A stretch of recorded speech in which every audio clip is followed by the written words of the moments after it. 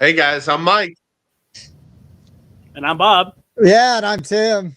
And we didn't know what order because we're the Forget usually after Rundown Tim. and we're live Yeah, from we've never done upstairs this. and downstairs. Yeah, so we cover games from top to bottom. No? Correct. All true statements. That's Didn't right. even rehearse our intro before we started. Terrible. You can probably Clearly. tell. Oh well. Yeah.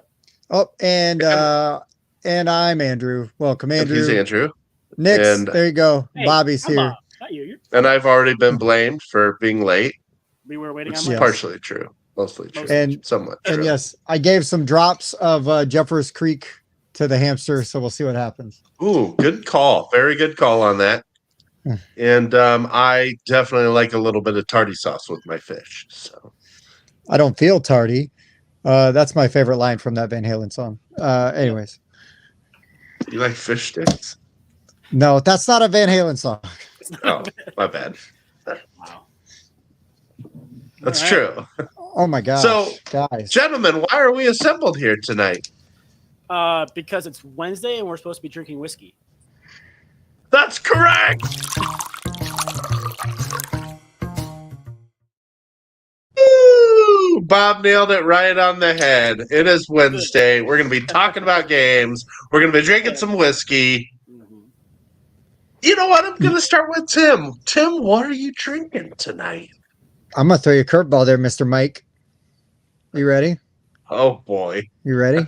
I didn't call my buddy Weiser to come over, or my old pal Jack Daniels, and we ain't drinking by Jeffers Creek tonight. But I did call my friend Mr. Ezra Brooks Oh, for some nice. Kentucky sour mash. I don't know Okay. if this is any good or not, but it is aged and distilled in Kentucky, in Bardstown, Kentucky, Nice. which is not far from my second hometown, which is I call Louisville, Kentucky, my second hometown. But Bardstown's right Ezra- there, man. It's right there. Bardstown has several fine whiskeys brewed right there, so I'm sure that'll be pretty good, especially compared to And- Jeffers Creek. Yeah, probably anything's better than that. And also some really interesting unsolved murders over at Bardstown. There's a really good podcast about that. Yeah. Interesting. Probably the police Well- involved, maybe some mob stuff. It's Wow. kind of nuts. That man. sounds serious. I've been here the whole time. Yeah. And No. we have Bob with us tonight. Woo! Yeah. Bob got off work listening. early. I did. Drinking just for some- this. And because my dog has to go in for an appointment tomorrow morning, he can't eat past 8, so I had to get off early to come home and feed him dinner. And yeah, take him at 8 o'clock in the Early. morning to the vet. Bob's a really good dog dad to I try. the official show mascot, Sir Right, Winston. Mr. Winston. Yeah, we're talking about you, bud. He's like, yeah, but I'm sprawled out on the floor and I'm not moving. So he's Yeah. I would do He's the like, same if you thing. ain't feeding me, I ain't moving. he already got some wet food, so he's good to go. He's Uh-oh. good. Yeah. So, what is Treat. Winston's dad drinking tonight? Maker's Mark. I had a little bit left in Yes. the bottle here. Finished it off. That's all I got. So we might have to tap into my other bottle, which is I was showing these guys before the show, but it's autographed by the maker from 2005. So it's an old bottle. It might get Yeah, cracked that's a open. good one. If I don't, Yeah, that I'm just one gonna- is. I'll switch to peanut butter. That You got is. some I'll screwball? probably crack it. No, it's like an old smoky Tennessee made in Gatlinburg. Oh, Yeah, okay. it's like a peanut Oh butter yeah, whiskey. yeah, those are good. It's really good. I have been in that distillery, and they're pretty cool. They have so many choices; it's ridiculous. There's so many flavors. What's up, David? I Other David got G and Maker's a new bottle, and this is Michter's small batch. This is brewed right in Louisville. So first time trying this one. Yeah, Very good. So With a guys, mouthful of marbles, just like you're supposed to. It's good. well, yeah. Well, I gotta say too, like this change of the weather and my allergies kicking in. I'm a little stuffed up, but also drainy, and just Well, Whiskey yeah. will help.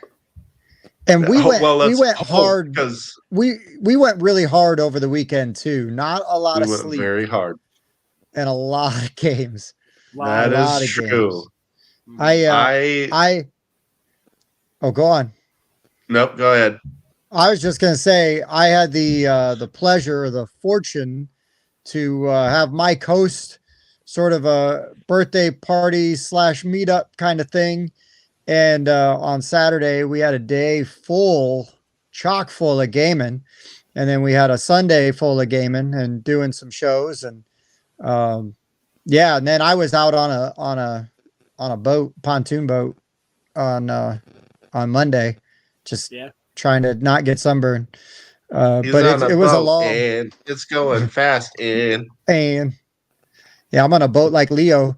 Yeah. right. Uh-oh. Let's just make the Facebook user say who they are then, if you Yes. don't want to. You?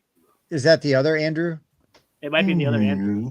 Is that the Andrew I we mean, don't? Because usually it's either Andrew or it's Katya, and I think Katya's in Jamaica. So if she's tuning Yeah, in, she's we appreciate she's it. not but don't tuning. get- She's not tuning in from Okay, Jamaica. no. Well, she's doing her Let's hope taxes in not. Jamaica. If she's doing her taxes, Oh, in okay. Jamaica, maybe She's doing them she could be Jamaican, tuning those in. offshore accounts. Hey, it's Mike. Check them. Oh, it's got to be Mike. Yep. What's up, Mike? Okay, dumb Facebook. Thanks for Hey. tuning in. We got Bob with us tonight, finally. Finally. You know what though, man? Mike just reminded me like how excited I am for Origins, because I know we're gonna see Mike at Origins and we're gonna drink and we're gonna play some crazy games and have us a good time at Origins. I cannot It's gonna wait. be a great time. We're gonna have a booth. We have some ideas. It's gonna be a blast. I'm getting to where like if I can't start to think about Origins when I lay down to go to sleep, because I won't be able to sleep for like an hour because I just get like that ball of anxious dances of like meeples like jumping over fences and stuff. Yeah. Yeah, I've got visions of Ankh gods dancing around in my head as we so play does that. Mike tell you? Oh, I saw on Discord, Bob. I'm not a savage. I'm like, thanks for waiting till I leave to play my favorite game. He's gone. He's Louise. And I wouldn't have made it through the 2-hour rock band. I wouldn't have made it through the 2-hour rock band break. Oh, that's right. There was a 2-hour rock band session. Me, Bob, Spencer, and Dan. It was awesome. Oh my gosh. I haven't played rock band like that in so long. Probably like 10 years. Maybe not that long. It's been a time. It's been a long time. Mission Control. Control. And yeah, Jason's got Mission Control pre-ordered. That's amazing. Nice. Oh crap! Sorry, Andrew. We're going to be giving you coverage bummed? of that game there as soon as. Well, I was gonna say, like, I mean, I dump on some of my games too. I mean, it's a Kickstarter. A lot of times it's random. Like, I don't watch a lot of the videos like that they put out, like the like the videos that we do, like the other people do. I don't watch them. You know, like I just want to get the game, and if it looks interesting, I'll play it. If I don't like it, I'll get rid of it, or it'll sit on a shelf for years. Yeah. Like no, you don't have very many shelves back there. I don't see that many shelves. This is the downstairs stuff. This is the stuff I just want to play. Mostly. Yeah, that's less than a third of his collection right there. There's Darwin's Journey. That's a great. Oh, game. I see it. That should take you should take that upstairs. There's some smartphone action. Can't keep that downstairs. Maximum Chrome. Perseverance. Keep that downstairs. Rebellion. I don't know about that one. Keep that downstairs. That's a good one. Keep that way downstairs. You can make Dan go sit upstairs while we play Spirit Island downstairs. Yeah, and then if I scoot over here, you can't see it, but I did just pick up. Man, it's hard to do. Left is right, right is left. Distilled, which is appropriate for tonight. So it is. I need to play Distilled when it's not as hard as the mode that we played it on, because I really felt like it was a good game, but we really handicapped ourselves. And I still didn't mind it. And for being a first playthrough, you know. Yeah. Yeah. I was rusty, but Origins. Expert is the only way I'll play it. Once you go expert, you can't go back. And also, this is a good segue. So David here said he played Dune Imperium, Scythe, and Raiders of the North Sea over the weekend, which are all fantastic games. Those are good. It's a really good selection. 2 of the 3. Yeah, I haven't played Raiders of the North Sea, but played nice selection there. I think I actually logged 20 plays this weekend.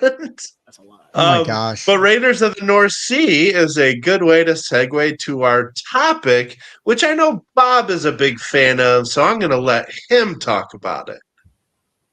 Okay. History. Yes. Yeah, we're gonna talk about games about stuff to do with history, right? So no sci-fi, no fantasy or anything like that. It's gonna What? be historical types of games. Yeah. Hey, I left all the listen, Star Wars off. Star Even Wars though took it was a long time ago.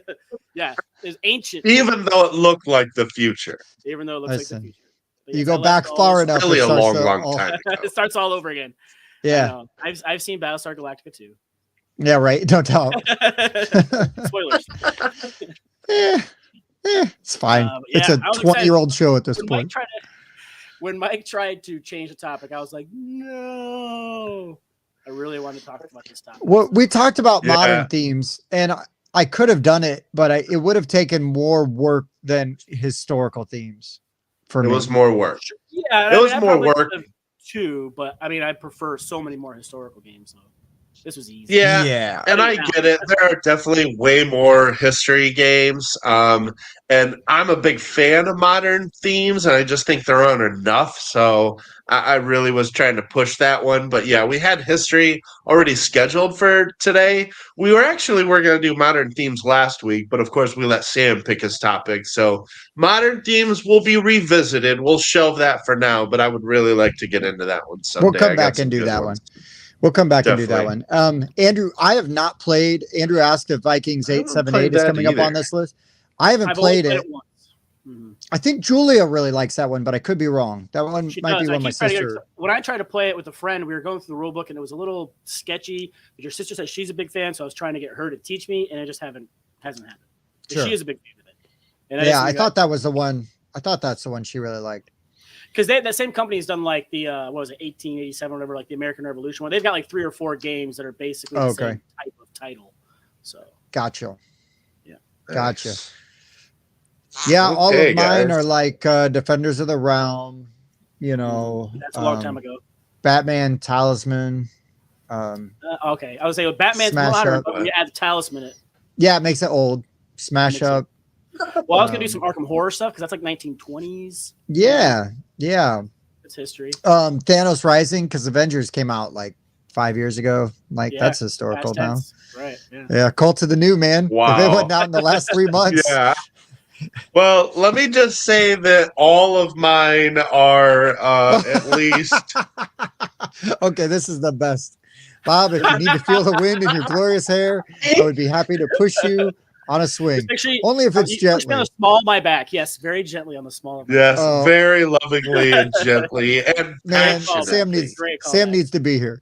And just so you know, guys, Patrick asked that I start reading the quotes or like the Okay. things that are pulled up Sure, yeah. because he just listens a lot of the time. So if you Makes sense. now see me reading those, that is the reason. I'm trying to accommodate anybody that just listens, because that's one of the reasons why I don't always watch a ton of YouTube, is because I listen to podcasts all day, right? So like if I can just listen to the audio version, it's a lot easier for me, so I can like multitask at work. For sure. But yeah, so out of respect for that, Weird. John, I have yet to play Stone Age. So John said Stone Age. I Same. played it digitally, but I've never Skip played a Stone physical Age. copy of it. Yeah, So I we're also gonna have to put never all these games in a big stack on a nice swing, you know, hanging from a tree. lovingly Just give it. push them and say nice things about them. Okay. Well, this is, I guess, okay, I think we'll start with Tim and then Bob, then me. It's easier for me to break the little segue after me. So we're going to go to Tim at the bottom there first on this one. So Tim, are you Oh. ready for this? Your top 5 history games? I was born ready. Your internet Does that connection sound was right? I mean, Yeah, no, hell no. Yeah, my internet connection is historical. There you go. uh, You can't He's update got it as the- part of the historical preservation. Yeah, whenever I buffer, it's just because Kelly picked up the phone upstairs. Oh, no, put it down on the computer. well, the internet hamster's already passed out on the little molecules of Jeffers Creek he was able to find. Yeah. So, All right, let's see if he can make it through 5 of these, starting with the 5th one.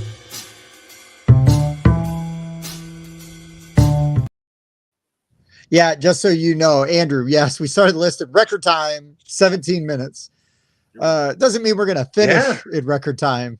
It certainly does not mean that. There's 3 I tend to finish in record time, but I mean, you always. I don't know if that's something to brag about, Bob. Bob's a wizard. He never finishes early or late. He always finishes exactly when he intends to. That makes sense. Exactly what I intend to. Exactly. Just ask him. Go ahead, Tim. All right.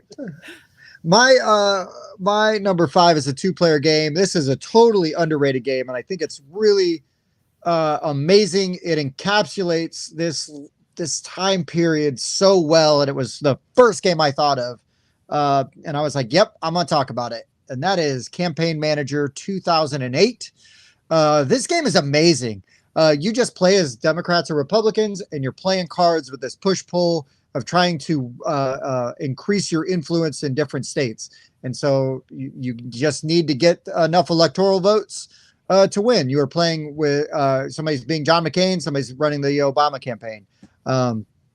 It's really good. There are cards that are, might have things that actually have things that happened, right? And use quotes of things that actually happened. Drill baby drill. I remember that. Yeah. But it's like a weird little time capsule because you get in there and you're like, oh, I remember when this happened. I remember when this happened. But the cards can go either way. You're playing them to do different things. And I just was really impressed with this game. It plays pretty quick. It's easy to teach, and it's really straightforward. I was really impressed with actually how legitimately good this game is. It's a lot of fun, and it doesn't matter what your politics are. You can just play this game, as it is, and have a really good time. And you also can get a little bit of history lesson because you're like, oh wait, that happened, and you're like, oh yeah, because man, presidential campaign politics are nuts. And especially once you get a few years removed from it, when the stories really start to come out, it's really interesting from both sides. And yeah, Nick's asked if I could see Russia from my window. Well, Mike will be able to see Russia from his window when he goes in August to Alaska or whatever that is. That is true. It'll be a stone's throw away. Yeah. Yeah. Mike could hit a golf ball to Russia.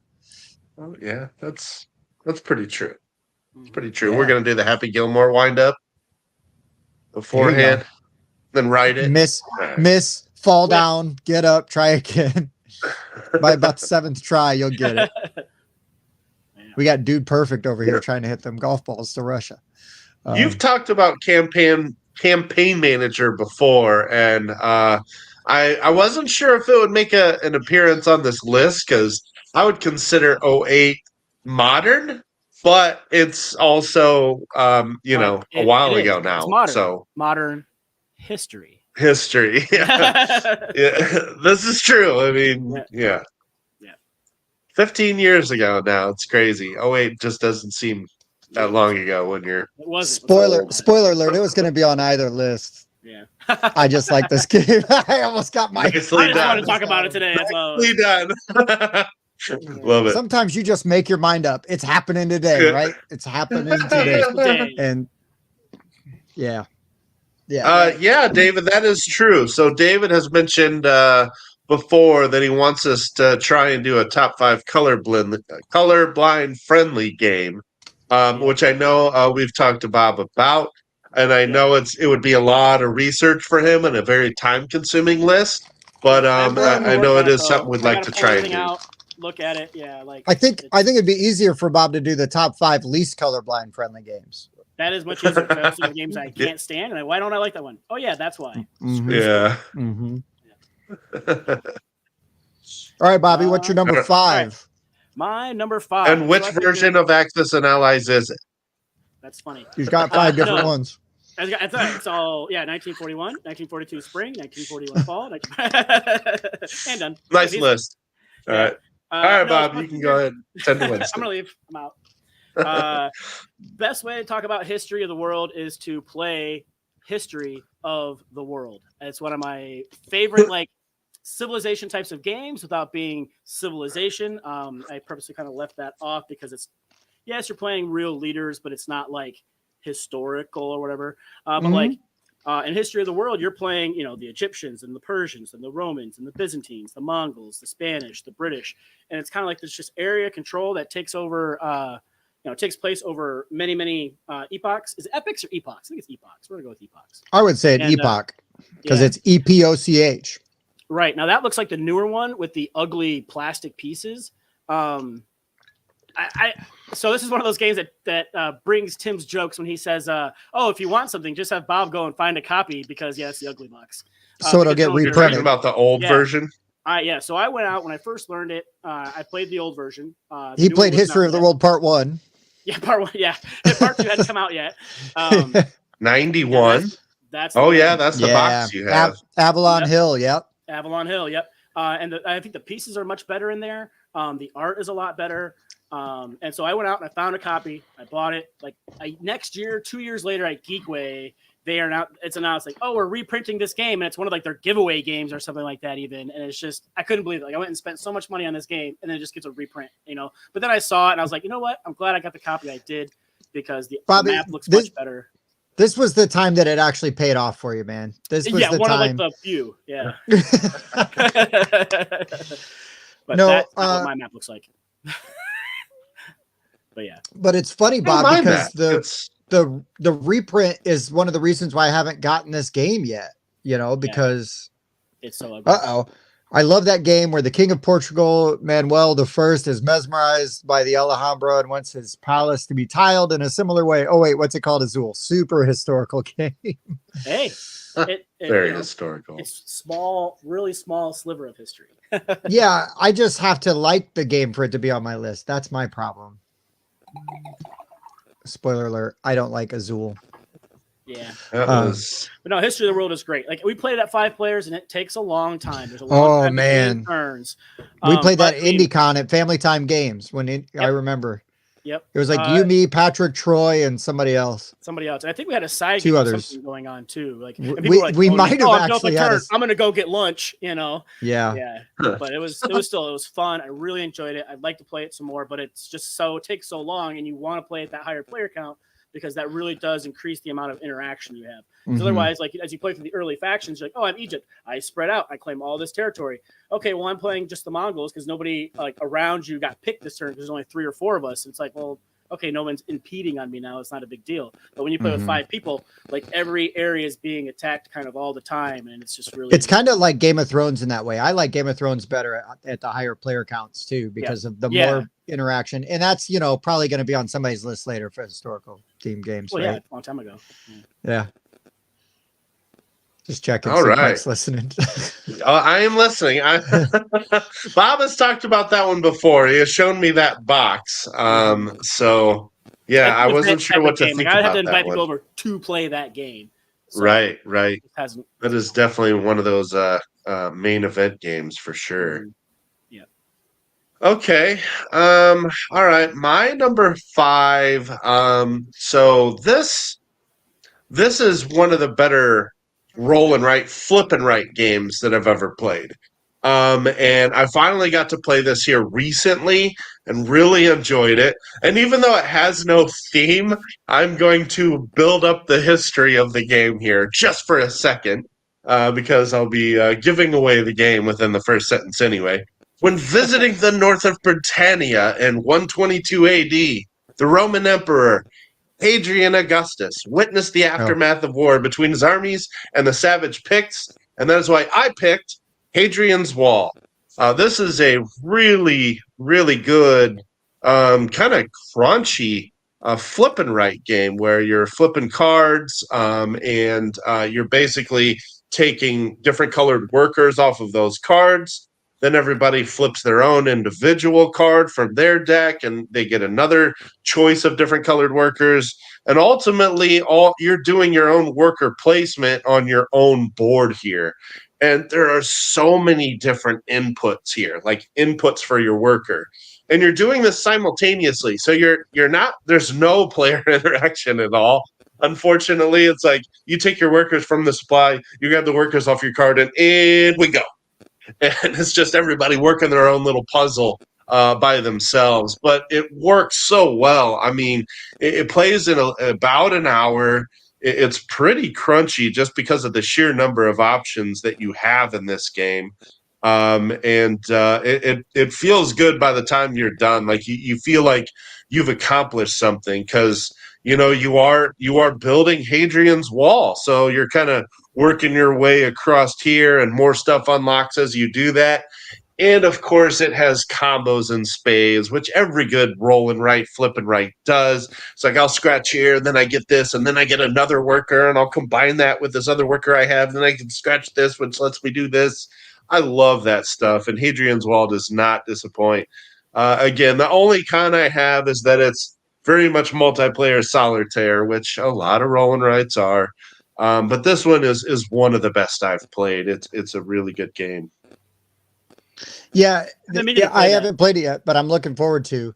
And then, I realize I haven't played Yeah. much historical games, maybe because it's more difficult to trigger my kids' interest in the themes.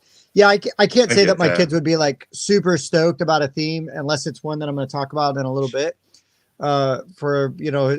Just because it's I don't know, avant-garde maybe. But yeah, generally, right? Like nobody is getting excited about building Hadrian's Wall.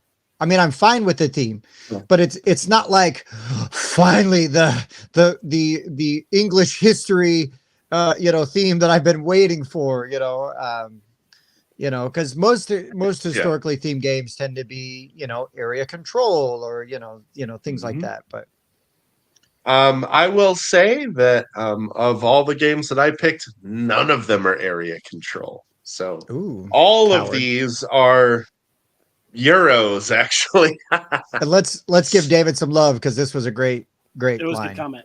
There is no historical game. There is only Azul. Combos and spades are in flippin' rights that use a normal deck of cards. He is correct. That's a good point. Yeah, you definitely can't do everything. You do have to specialize.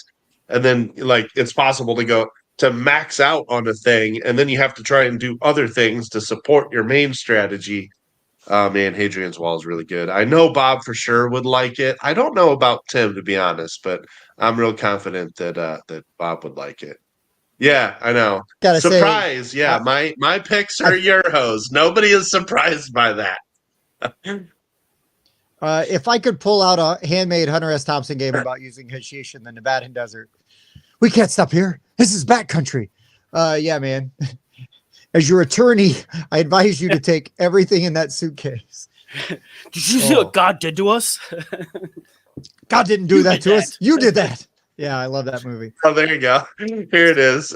Speaking of a long time ago, I love the game with the kid who messed up an emperor's plans and blew up 2 huge military Yes. bases, one of them single-handedly in the historical simulation Star Wars Rebellion, which was a really, really long time ago.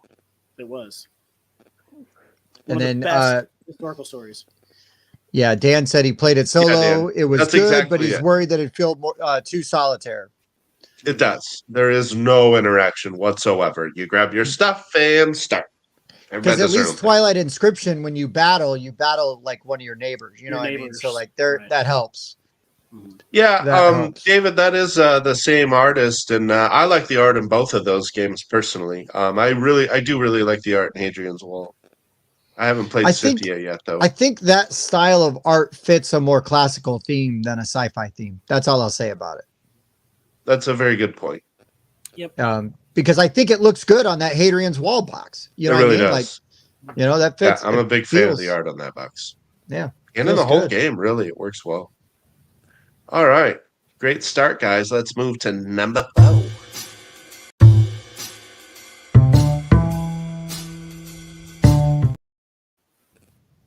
Okay, so my number 4 is kind of like the opposite of my number 5, as in 2008, and I'm going all the way to like BC times with this one. And this game is the only game on my list I don't own. I need to own this game. There's no good reason that I don't own this game because every time I get a chance to play it, I play it. I played Mike's copy of the game, I think before Mike even played it. I've probably played Bob's copy of the game a bunch of times, maybe the most. And then I've definitely played Julia's copy of The Downfall of Pompeii. Holy crap, this game's I amazing. knew. It's so I figured- good. I figured it was going to Yeah. be Bob's 1 or 2. We're going to have some crossover here. Yay, somebody else's internet just froze on the. It's not just Hey, me. Buffer buddies! Woo! Well, it's more like Yeah. It's more like- oh, dang. Bob's doing the It's perfect. robot for those who cannot watch. So Downfall of Pompeii, the only really difficult thing about this game is constructing the deck at the beginning. After that, it is smooth sailing. You spend the first half of the game basically populating the board with your family and their friends, and you're just getting to different kinds of buildings because you're going to get points, or not points. You just need them. To bring everybody in. The gods are blessing us with the show. Let's come on, but in, you can, guys. The love us. but you can set up these combos where you can bring more people in if you're in with your other. Somebody in a building where there's already people, you get to bring extra people in with. Yeah, and then all of a sudden the volcano erupts, and then you're drawing tiles out of the bag and you're blocking off parts of the city. It's so good. It's so much fun. It's so sad to like pick their piece of the board and just chuck it in the little volcano. My God. It's very gratifying. I absolutely love this game so much. It is so much fun. It's an evergreen. This game's old. I mean, I say old. It's probably at least 10 years old, right? Downfall of Pompeii is amazing. That's one of the first ones I bought. Holy crap. Buffer Buddy Downfall of shirts. Pompeii. It is 2004. Wow. Oh, so it's even older than I thought. It's almost 20 years old. Yeah. This game's an evergreen. It's good. Klaus Jurgen Reed. I probably mispronounced his name. That's the designer of Carcassonne. Don't worry, he'll throw you into a volcano. Make up for it. But this is a far superior game than that one. Far superior. It's the best. Oh, Carcassonne's fine. Sure, but Pompeii is way better. Yeah. Okay. Fair. Okay. Yeah, but Downfall of Pompeii is so good. It's so much fun. It's very easy to teach. You play it in 45 minutes. There's just sort of like, I just love the tension of pulling the tile out. Like, I'm so close to getting out this gate. Come on, coin. Yeah. Coin. Damn it, I pulled a base. Played it again. We just played it again recently. Bob and I with one of his buddies, 3 players, and it's still really good at 3. It's better it's good at 3. with the more the merrier, but it was still really good at 3. It's great. It's moving up my list for sure. It's because fun. even if you have no chance of winning, you're still drawing those tiles out and jacking up. I won't win. You're burning down with me. I'm gonna throw as many guys in the volcano as I can. Exactly. It's amazing. Yeah. Maybe it's growing on me because I still haven't had to set up the deck. Maybe when I do that, I'll come back to reality a little bit. Pretty good at it. That's the only tricky part. So bad. Yeah, I've done. It's the only tricky part. Good at it. Yeah. It's not like the worst thing ever, and the rule book tells you how to do it. It's just a little tricky. And the way the rule book words it, it's like, do this unless it's this or this or this, and then you're gonna go and do this, or unless you're doing this, this or this, because it wants to give you tell you oh, at 2, 3, and 4 players, and so it's very wordy. I'd rather just have a table. Yeah, this many. It's very 2004 rule book. Yeah, opening that game up, going, oh, this should be a pretty light game, easy to learn, pretty small rule book, and wait. Do what with these cards? Okay, maybe another time. Yeah. Watch the video. I'm like, we're doing what now? Yeah. It's got a lot of cards set up, but it is so fun. And then we got this awesome so the full 42 Her Story and Trekking Through History is so good. And then I guess Danielle Reynolds, one of the co-designer of Her Story, is going to be at QSCon. So if anybody's in the New York area in September, I believe, is when QSCon is. Michael, correct me. 21st. Yeah, maybe? that is a convention that you must check out. I'm trying to see if I can talk my wife into going to maybe we go to Niagara Falls, and then buzz over to Syracuse and just stick my head in here for a day just to hang out and say hey. So September 21st through 24th. And we all better be there, Mike says. Yeah, Mike, I would love to happen because it would be, even if I could just make it for a day, like I could just I say drag my family up, but like, it's a good excuse to like go up that way. I've never been to New York. I don't got to go to New York City. I can go to Syracuse and have just as good a time. I lived in New York 7 years. I never went to New York City. Oh, really? Yeah. Where'd you live in New York? Upstate, Glens Falls. Poughkeepsie? It's like north of Albany. I don't know. Just wanted to say Poughkeepsie. Nope. Sorry. Glens Falls. Smaller city. I love it. He's going to guilt us more origins. That's fine. I'm sure. That's fine. I was raised Catholic. I'm good with guilt. Oh, yeah. I have handled a lot of guilt. Still am. Okay, so my number 4 is Downfall of Pompeii. Where are you at, Bobby? What do you got? All right. So number 4. So this game is about colonialism, not the greatest thing in history, but Empire's Age of Discovery is a fantastic worker placement game about placing your workers out, putting them on ships, and sending them over to the new world to be discovered and counted in your area of control. Hey, Glens. So yeah, cool. Glens Falls. Yeah, sorry. It's a nice place. 7 years. Like I said, I grew up there till like 3rd grade, 4th grade. No. So Empire's Age of Discovery. Friend of the show, Sir Glenn Drover, one of his finest, one of his finest outings. Fantastic game. It takes like the Age of Empires, like I think all 3 of the earlier games, and puts them all together in one and adds the worker expansion or the builder expansion and some other stuff to it. But it's fantastic. Tim and I play this game quite a bit. I was just gonna say I've never heard of this game. I'm sure I won't talk about it later tonight. Probably not. Yeah. No. But it's fantastic. Yeah. Yeah, it's actually one of Bob and I's favorite games. And we talk about this all the time. Bob and I love this game so much. We played it 2-player over like Facebook Messenger video call or Zoom or whatever, because we basically Bob had a control board set up and then I had a board set up, and then it's like, okay, I'm placing my guy here. So we were just mirroring our boards so we could play the game. And it's like, oh, what building came up? Okay, this is what came up. We seated our board the right way. We did the same thing with Rebellion, but also totally worth it. But yeah, man, this game is so good. I'll talk about it later. Yeah, cool. But yeah, that's my number 4. You're muted, Mike. Mike's muted. You need a mic, Mike. He muted himself so he could fart a bunch, I guess. Yeah, I like how he unmutes and then coughs. And then yeah, nicely done. No, I had my laptop plugged in, but the adapter came disconnected, so I wasn't actually charging. Okay, so this, this is a very well-known game, to say the least. And I finally got to play it this weekend.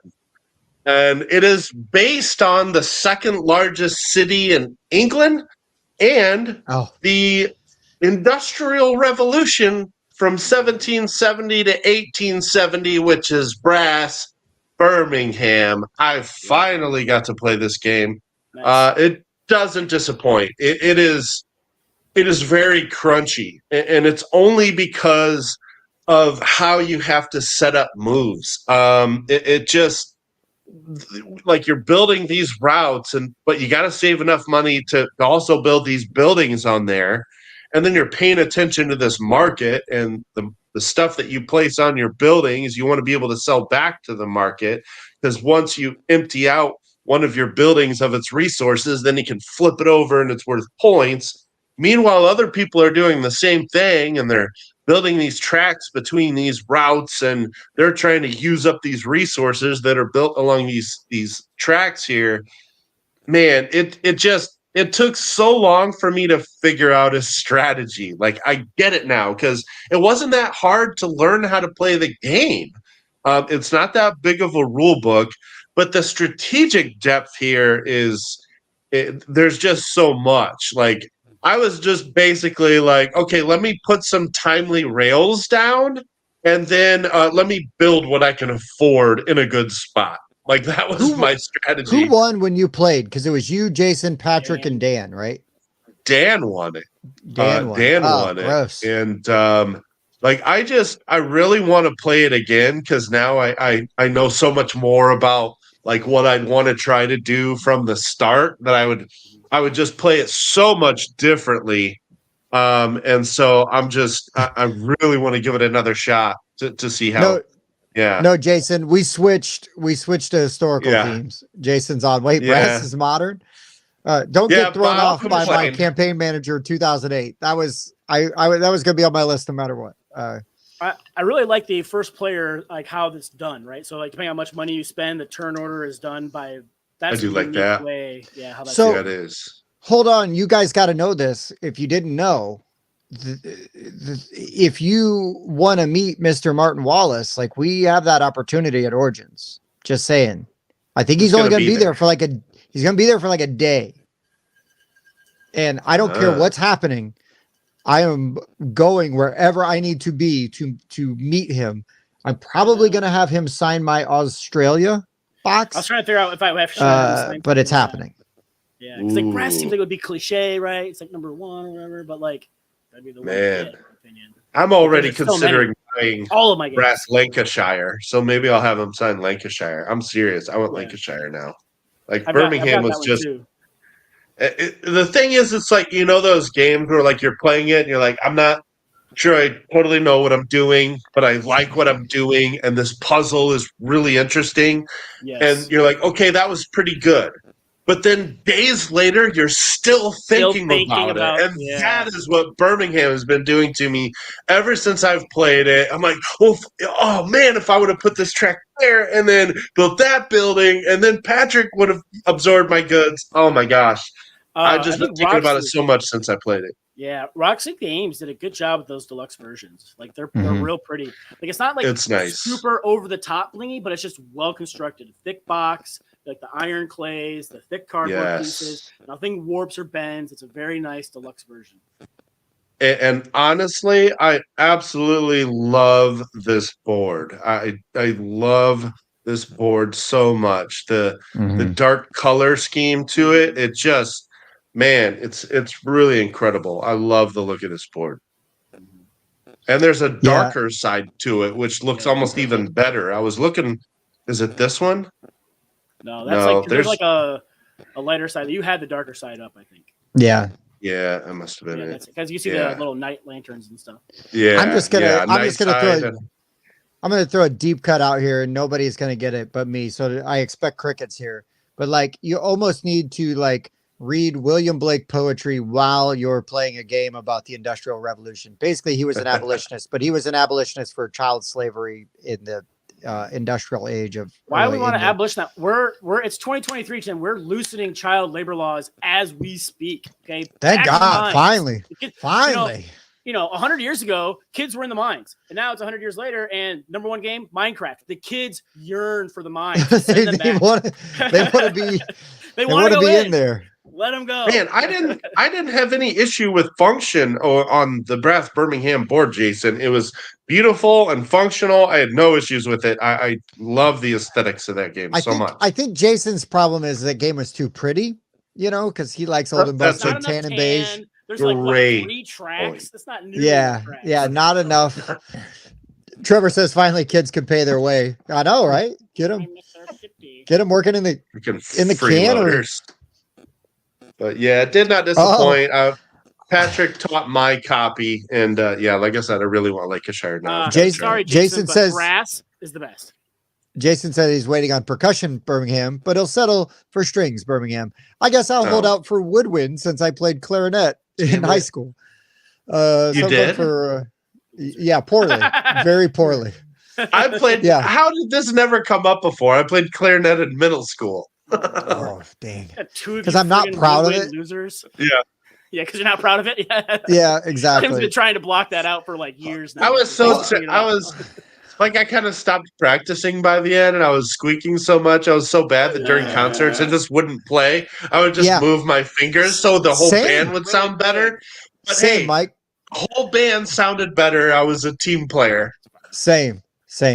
And then, Andrew, the first time I played Concordia, I was the exact same way. Like I was thinking about that game hours, days after, like, oh, Yes. okay, so next time do this, play this in this order. And David, I totally also get it. There's so many games I love that my wife would never want to play with, Yeah. play with That's why you me. got to come see us.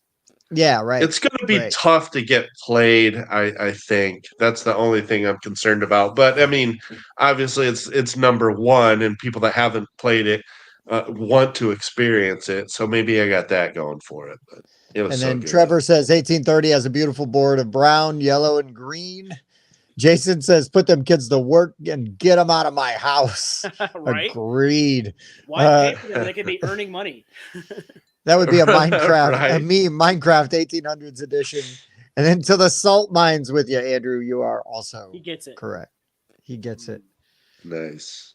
So yeah. Okay. Yeah, that's Let's awesome. segue to Tim's number 3.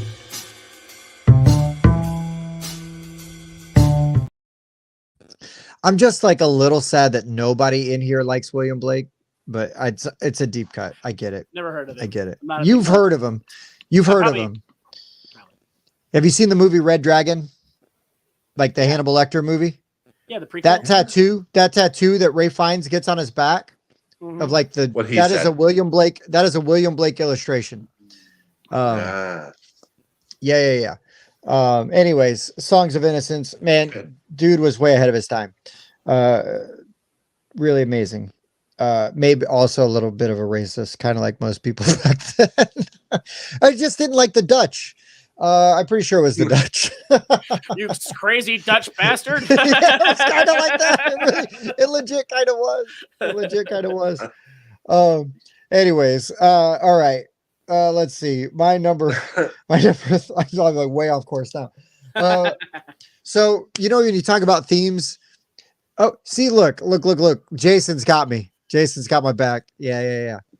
William Blake. That's my poet right there. Don't encourage And I him, bet Jason. Jason, Don't I even bet know you. it. I bet you Katie knows William Blake. I just bet you She Katie probably knows does. William Blake. She's an English teacher. Yeah, see, Shenanigans Anyways, probably has. She's got a reason to. You don't. I'm a nerd. Oh, Jason, did you look that up? Jason, did you look that up? I want to know. Tiger, burning bright in the darkness of the night. What a mortal a hand or eye dare frame thy fearful symmetry. It's so good. It's such an amazing poem. Anyways, my number 3. You want to talk about historical themes that might grab people that don't like historical themes? What about a little bit of murder? What about a little bit of murder on the French countryside? Perhaps The Bloody Inn, inspired by true events. This game has fantastic art. And then By true events? Seriously? Yeah. Crazy. The Bloody Inn.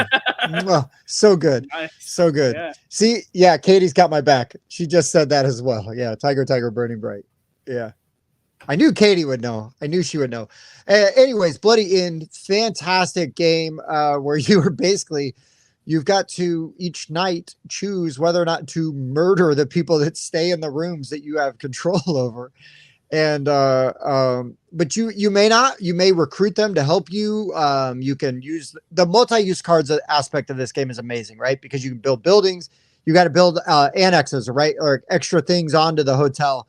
And then sometimes you're hiding bodies under that. But then if the policemen show up, you can't have any bodies not buried because that'll get you in trouble. Yeah. It's so much fun and a really good game. I really like it. You got to bank your money too, because otherwise you won't always have, because there's like a max amount of like money you can hold. So you got to bank it. It's really good. It's really tough. There's a lot of good strategy in this game. Yes. Thank you, Jason. There are only 2 things I can't stand: people who are intolerant of other people's cultures and the Dutch. And kudos to you, Jason, for not looking that up. I believe you if you say it. This is one I've wanted to play for so long, and I've almost just bought because it's not an expensive game. But I know so many of you have it, so I don't. Bloody Inn's really good. Bob, you like Bloody Inn, right? Yeah, I own it. Mm-hmm. Yeah, it's really good art. It's grisly. It's kind of weird and disturbing, but I really appreciate. Good. I like it. I really appreciate that art. Mm-hmm. It's like a watercolored, like almost distorted kind of. It's cool looking art. And it's kind of tight though. You got to be careful. You know, it's a little tighter. You can't just take willy-nilly actions. Yeah, you've got to really. The first play for you is not going to be the best, or not optimal, I should say. Sure. But then after you play it a few times and you start to figure it out, because you know, I just try to tell, like most games when you play, like don't try to optimize it, right? Just try to get, you know, just try to understand the mechanics. Dan and I say this all the time when we're playing new games. We're like, I just want to work out the mechanics, see what this does, see if this is valid, you know. And oftentimes that's why I lose really badly when I play a game for the first time, or sometimes do really well just by accident. Right. But quick sidetrack. Oh, no, go on. I was gonna say that game that I was learning this morning with that guy. He was asked, "So you want me to keep going on these explaining these actions and this and that?" I was like, "I'm not worried about trying to have the highest score. I just want to learn how everything plays. Let's just take some actions." He's like, "Thank you." Yeah, no doubt, Bobby. I mean, come on. When you're learning a game, like just learn it to play it. You just learn it. Yeah. You know, like you can get good at that game later if you want. You know, but you can enter the tournament in 2 weeks if you want to, but right now let's just learn how to play.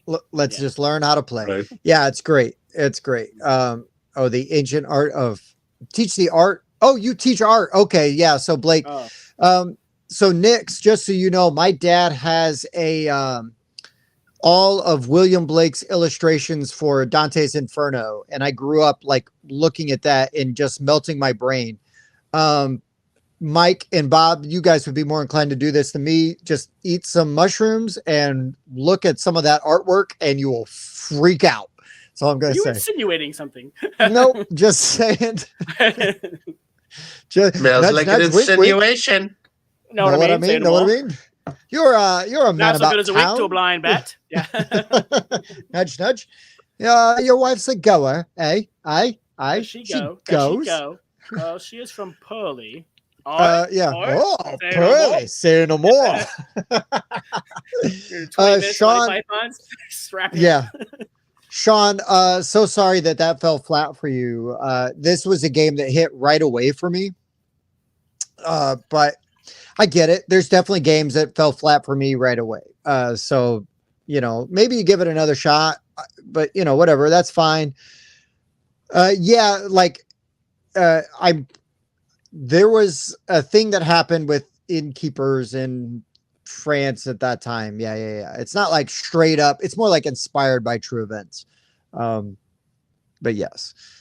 Anyways, yeah, and Nick's, yes, he was a printmaker. The coolest thing is that William Blake etched. He did like these engravings where he used acid to like etch his engravings, and then he painted them. So his poetry also has these weird little illustrations around the words and stuff, which add like a whole other level to trying to interpret it and everything. So crazy. And yeah, Edward Sweeney Todd is awesome. Yeah, Sweeney Todd's really good. I like musicals. I like murder. You know. Yeah, Mike and Bob, do you guys prefer shiitake or portobello mushrooms? If I have to do mushrooms, shit takes for sure. Shiitake. Ooh. I don't like mushrooms. I just really like mushrooms. I love mushrooms. You can't go wrong. I don't. You can. I don't even know that I have a favorite. I usually buy portobellos though. I will say one time. Portobello is just a cremini that grew longer. Oh. Cremini, wow. Yes. Portobello. That's nice. You just learned that. I used to hang out with these girls that were a couple just out of high school, and we all worked together. And one time we ordered pizza, and they added mushrooms to a pizza that I was eating without telling me, and I don't like mushrooms anymore. Nice. That's all I will tell about that story. Whoops. Yeah, I was just like, they don't all have that effect. Just saying. Right. But I still don't like them anymore. It's just now it's like weird. It's a texture. Yeah, I just can't do it. Yeah. I can't do it. Yeah. Oh man, I'm with you. So good. All right. You don't want to get ambushed by that. Yeah, Bobby. What's your number 3? Okay, number 3. So see, I told you we got to this list in 17 minutes, but we weren't going to get done with it in 17. Oh no. Stretch it out now. All right. Buffer buddies. Terrible. So, number 3. Speaking of murder, Letters from Whitechapel is one of my favorite I knew this hidden would come up. movement games. Uh-huh. It's fantastic. Now, granted, 90% of the time I play Jack, and that's the most fun. However, in that 10% that I play cops, I have a really good success rate. And I just think of that game we played with Patrick when he was Jack. And round 2, I'm like, I can either search or arrest. It's a 50-50 chance. I'm arresting, and I snagged him. And it was like a 15-minute. Oh, he was took more time he was to set the so game up. mad. He was so mad. It was so fun, though. It's a good time. And, man, it's just, you're Jack the Ripper, and you can, murder somebody on night 1, or you can let time pass, and the cops are moving around. And eventually you just you kill somebody, you throw your red circle down, and then you have to get back to your hideout. And, man, I love that cat and mouse. When we played with Mike for the first time, and I forgot who it was that he was playing with, but I was on one spot, and Mike and the other guy were right next to me, so I couldn't move. And then Mike looked the other way and then stepped right where I was stepping, and I just walked right by him to go to my my hideout. Man, so satisfying. I love that cat and mouse. Yeah, this game's really good. I will say, David, I played Whitehall Mystery just a tiny bit, and it's tighter and better because I mean, I see why you say that, right? Because it's faster, it's inherently shorter, and it's really, really, really good. It's really good. But Letters from Whitechapel, I think maybe because I played it first, and there is more of that cat and mouse because it's longer and more drawn out. It's very rare that you catch somebody in the first, turn Couple or turns, two. yeah. Mm-hmm. But I do, Bob and I love these hidden movement games. We play a lot of these together, and just go nuts for them, and yes, I, famously do not like Sniper Elite, but I do absolutely love Whitehall Mystery, whether Bob is Jack or not. And I haven't played Whitehall Mystery yet. I mean Letters from Whitechapel, excuse me. Okay. I misspoke. Sure. But yeah, we play those games together, and I don't care. It is so much fun. It is so much fun watching or going after you guys, and gonna start your coffee Thursday. Yeah, I guess if you're across the pond, right? That's what's gonna happen. It's early for you, and it's Thursday. Not yet late for us. Thursday. So good morning. And quick again, question, though. Thank you so much. What's the future like? Have we pulled heads out of our butts yet? I'm just curious. Oh, I'm doubting it. I thought we could do it in one day, but you never know. So are we able to go. eat by sticking food up our butts yet? I was waiting for Dan to weigh in, and so yes, and I agree with Dan here. I think I'm gonna throw up because I'm agreeing with Dan. No, but I think Dan's right. Whitehall Letters from Whitehall or Whitechapel, excuse me, is crunchier, a little heavier. It takes a little more work. But the Whitehall Mystery is really good because it's so easy to get to the table. It's like bing, bang, boom. Do you have 45 minutes or do you have an hour and a half? Right? Which game do you want to play? Sure. If you got 45 minutes, you could throw Whitehall down, have a great time, and still get that same experience. Sure. Yeah. Yeah. I like when they think they know where my hideout's at. So all the cops are starting to surround it, and I'm trying to figure out how to back alley my way into it. It's really good. And Edward Lasso, does this mean that the live show is historical for viewers across the pond? It is. Actually, my number 3 is this show. They're in the future, so it's historical for you guys. For them, that's right. Yeah, man. Modern history. We're making it live. Doing it live. I love it. Oh, no, that is a game that I will now not have to talk about. Thank you, Bob. I knew somebody was going to bring that one up. I like that one. I need to play it again. I definitely want to try being Jack sometime. I will allow you to. I'm not merciful. But when I arrest you in the second turn, you got to let me be Jack. Show you how. Okay. All right. Fine. Because we already got the board out. We might as well just reset. We already got it out. We might as well play again. Okay. So this is one of many things that Tim is very wrong about. You see. Yeah, shut up about Foundations of Rome. That It is game. Foundations of Rome. That is right.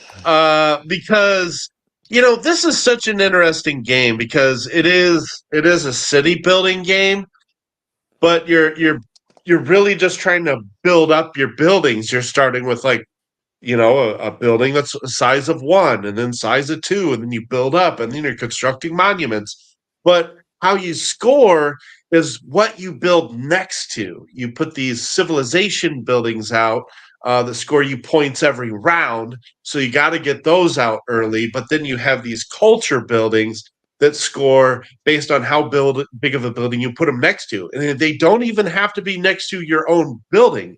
You just put them next to other certain buildings, and the bigger those buildings are, the more you score. And that player interaction, let me the give you fact that let me give no, you 3 nobody wants to victory listen to them. points so I can score 40 Muted. victory points. Thank you So so much. we'll just Thank you so we'll much for just that 3 talk about victory that. points for that. That's such So one of the bullshit. modules is the steal mechanic, and it's a module that puts trading into the game. Awesome. This game is so much better with trading. Well, No, allows you it's to a trade, plus great. you can steal. It does both. It needs Plus, you can consensual steal, and I trading. don't like it. If somebody doesn't agree to trade with you, you can just steal their property. If they just got one property and you have one on each side, you have them surrounded. You Boxed can in. just go, sorry, that's mine. Here's 5 points or 6 points. 4, yeah. Yeah, 4 If points to the 20 you points that don't Bob was going to use get. it, you get to keep the points. But if you use it, you give them to keep someone else. 2. You keep it, you get 2. You give it away. So it's a 2. 6-point swing, and it's just not worth it. And I don't like the stealing was kind of forced into a game because the trading works so well in that game. Some people Like you won't just trade you though. Some people are like, no, I'm not going to trade you. I know what you're going to do with it. I'm not going to trade you. It's like Catan, and you should be able to block people. You should be able to block people. I haven't been in a group. It's like I haven't been in a group where that's been a problem. Like, and if I did find people that like never wanted to trade while playing Foundations, I wouldn't play with them anymore because trading is what makes that game so good. Like, you've got that market of cards, and you're buying where your properties, and then you're going to plop your buildings down, but you're not always going to get all the ones you want. And in fact, people are going to buy the ones that they see. Oh, he's got 3 right there. Oh, I better buy that one so he doesn't have a 4th adjacent property. 4. Right. Yeah, that you can put some huge scoring buildings down doing that. So people are going to block you. But maybe you have somewhere else on the map a location that's beneficial for them. And then, if the trading feels natural in that game, it doesn't feel thrown in. The stealing does feel thrown in. And yes, the fact that it ruined Tim's experience at a game kind of bothers me because I think this game is really good. Two things have ruined my experience with that game. One is the stealing mechanic. I hate that stealing mechanic. Second was the taking somebody's victory, their hidden victory, or not hidden, but their unique victory condition. That was legitimately a 20-point swing for Bob, and it was awful. I was building towards I don't know one what thing. You're talking about. There are some cards that Mike you haven't played with yet. They're like cards you buy, they just have effects. And so when I taught Tim, I actually set the deck up incorrectly and just shuffled them all in there and went with yes, them. You're only supposed to shuffle a couple into each pile. And so some of those cards allow you to basically like swap somebody's end game scoring with a different one. And so like last round, I took Tim's card that he's been building toward the whole game. I'm like, here's one you have no idea what it does. And it's like, oh, okay, I got nothing from this because I didn't build toward it. So Bob took an end game scoring objective that was going to score him some points. But it literally cost me 20 points and gave Bob points. And I lost points because it was a dick move. I haven't even used that module yet. And here's the other thing though, right? If it was like some rando that I played with, I wouldn't care as much. But like, because I'm friends with Bob, I'm fine calling him out because I love Bob and I don't care. I still play. It's not like I've never played a game with Bob. Never gonna play a game with you. No, that one time. It's not like 5 minutes after that game was done, I wasn't playing a different game with Bob. I don't care. I love Bob. I don't. It is what it is. But that, and I have just always had a negative experience with that stealing mechanic. Honestly, I think the 4 times that I have played that game, I have been boned so hard by that stealing mechanic. I hate it. I think it's terrible. I do not buy the, oh, but you get 4 victory points for this. It's like, but you just cost me 10. How is that even a thing? Like, don't And give me the Stop buying 10 properties every I want. era. It can be 10 every era, even if you steal early enough. yeah. So don't give me that. Don't give me that line like, oh, well, I gave you 4 victory points. It's not worth it. It's not a fair exchange. I do not like equitable. that. I do not like that mechanic at all. I think that game is beautiful. I should like that game because Bob and I, out of everybody on the show, Bob and I love the fancy bits the most. I will just go out on a limb and say that Bob and I are the deluxe guys. We're the guys that if we're back in a game, we want everything for it. We want the deluxe editions. 100%. We want the best looking version of that game. Get that non-washed crap out of here. I know that's not even the good version of that game. That's not even the deluxe version. This is 100% a beautiful game. So 100% a beautiful game. Well made. The inserts are amazing. The way that you just pull your player board out, it's sort of like Dan with smartphone. I just have the worst time playing this beautiful game that I should like every time. I can't believe they're showing the crappy versions. Painted. That's a better I know. Oh, and I love this. Nick says he goes for a snack, and Tim's still on this. Yeah, Nick. It's my thing, man. But it's my you know thing. what though? Those look better than you guys. Edward brought up Chinatown, and I absolutely love Chinatown. God, I love Chinatown. The trading in that game fantastic. Is really good. I know everybody talks about, well, you can math it out, and if you play it with somebody that maths it out, and yeah, those are people that just don't enjoy trading games. Just make a trade to keep the game moving and move on. You know, like it's not a super serious game. You don't have to like math out the future. But Chinatown is so much fun.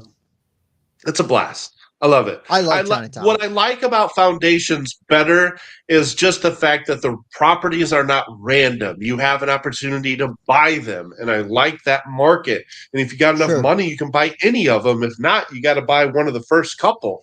And I really like how they don't randomize the properties. But it has that trading, and I like the different ways that you can score with different buildings and putting stuff next to each other. But yes, the trading in Chinatown is fantastic. And just the way you're collecting income, and you can use that money to negotiate. Those are just mechanics that work so well for me. That whole property adjacency thing and set collecting on a board, like Lords of Vegas does as well, very well. And that ability to trade, all that just makes a fantastic game for me. And Foundations of Rome does all that. So listen. And I'll say, like, during our meetups and stuff, like this game gets requested a lot. People are like, did you bring Foundations? Did you bring Foundations? Yeah, people want to play it. Well, here's the thing, right? Is Emerson Matsuuchi, right? Who designed that? He also designed Spectre Ops, if I'm correct. Games. Designed a very good game. It's very well designed. I just have a terrible time playing it. And Jason's coming at me with the movie quotes, which I love it. Forget it, Tim. It's Chinatown. Holy crap. It's Jack Nicholson. It's Faye Dunaway. It's so good. Anyways. So amazing before we move movie. on to the next one, though, and before it scrolls off of here, I want to bring this back up. Dan, you say that you've been able to play Whitehall like 6 times the last 2 years, but Whitechapel 0. So do you think it's mainly because you don't own Whitechapel? Like, do you think if you had that, your family would play that with you? Or do you think it's just they just like Whitehall, they wouldn't want to play the other one? So, I mean, I know it's a little bit of a lag. It'll take time. I'm going to jump in with my opinion while we wait for Dan to answer. And I think my opinion is, now that's a very fair point. I think Whitehall is just easier to get to the table because it plays faster. Right. So like with my in-laws, for example, they may not be as excited to play Whitechapel, but Whitehall, because you're done in an hour, they might be. Yeah. And it's a little easier to set up and teach and get going, but essentially it's the same game, right? You just have it's BSG Light, right? It's Dark Moon versus Battlestar Galactica. And that's okay. Sometimes those more simplified versions of great games end up, getting played more, and that's why they exist. Absolutely nothing wrong with that. Absolutely. And Dan, you're also correct where Foundations of Rome is way prettier than Smartphone. Yeah. Way prettier.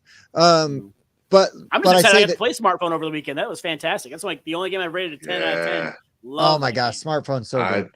I That was would have that been was why that's that would one have of been the a big crossover reasons on I the was so modern themes. excited to do modern themes. Like it was Yeah, So we gonna could all have the same number one. we talked about smartphone seriously. 3 times, and I would have talked Yeah. about campaign manager. Spoiler, it was 2008. my Yeah. one. So love me some Okay. smartphone. All right. Also, All right, before we move 10. on, hold on. Ooh, Before we move on, before. Mike, I got to give you a little bit of credit. And again, it hurts my soul to do this. So tonight, instead of ye old Jeffers Creek, which I was drinking Yeah. for like a month and a half, right, of shows, this Ezra Brooks is going down way easier. Too easy. Right? See? It's It's worth spending a little bit more. They're so much smoother. it's a lot smoother. Not gonna lie. It's a lot smoother. Wait till you try that Elijah Craig. Oh yeah. Okay, so Dan says, obviously not owning it helps, but I'm not sure I'd pull Whitechapel out from my family. I'm not sure that they would like it as much due to its weight comparatively. And I think that that's fair, especially if they played Whitehall first, right? Which is the next Dan's follow-up comment. Right. And I think all of those things are accurate. But Dan, give your family some credit. They play some good games, man. They play D&D. Yeah. If you want to borrow it sometime, let me know, and you can give throw it at them, see what they think. So, but I trust you also, with my games. I'm so happy that you're getting Whitehall in there and getting it played because it's a really good game.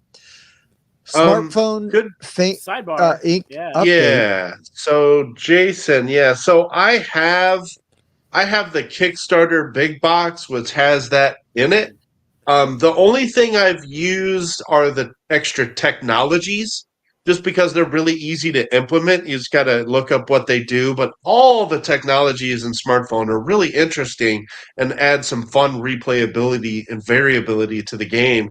I have not used the CEOs, but my understanding is instead of having to have, a city built, using logistics to be able to sell somewhere, you can plop your CEO anywhere and sell there, is my understanding.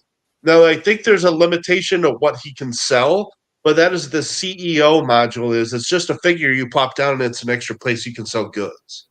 The rest of the modules I have not used, but I've played the game enough now and I love it so much that I'm ready. The next time I play, I'm digging into modules and using them. Just, I'm at that point. I'll say I've used like the messages one, right, where you draw. It's basically like little side quests, right? They say like have this or sell this many phones. That's right. I forgot about those. I've done that one. That's okay. And I really enjoy the hard mode, right? It comes with the player boards that have costs. So as you do your That's active right. selections, then you have to pay all those costs. And most of the time at the beginning, you're going into the negative because you had to pay all that money to make those phones. But then you're selling them all, and that's how we played. We played on Saturday, and that was a lot of fun. Yeah, man, nice. smartphone's I'll have so to dang try good. that one. Mm-hmm. Yeah, it Our game is. is so I really good. need to When did you play some of those smartphone on modules. Saturday? Everybody else is playing something. I don't remember who it was. And then I sat down and we played 2 players on the 2 to 3 player expansion board. Oh, Yeah, okay. the smaller board was works it great for 2 or 3 players. It really works well. I think it was Jesse. Yeah, because I think I was Jesse. playing Raw. Yeah. I think I was playing Raw while you were playing smartphone. And I think, Mm-hmm. me, Jason, playing David, East and Dan were playing Witchstone. Oh, Woodstone? Yeah. I thought it was the High Cheese Society or something like that. No, it was Woodstone. No, they were Witchstone. Yeah, Witchstone. Right. Oh, that's right. That's right. Yeah, And then the newer you guys one. played like Sea Salt and Paper or something after that. I was actually surprised you guys busted that out 2 players, but it is with the smaller map. It still works as a 2-player game. It really does. And then Dan said, his mom beat him. 4 players. That's pretty impressive. I was going to click on that too, Lords Tim. of Hellas. I love that your mom beat you at Lord of Hellas. I think that's fantastic. I love it. That's pretty awesome. Unfortunately for Dan's mom, Winston took the mascot spot for the show. Already, yeah. It was a tough vote. Mm-hmm. But, That's true. That's true. Yeah, but Winston beat Kay. It was really close. We're there for it. Yes. But thanks All for the right, pick. Tim. Let's hear your number 2.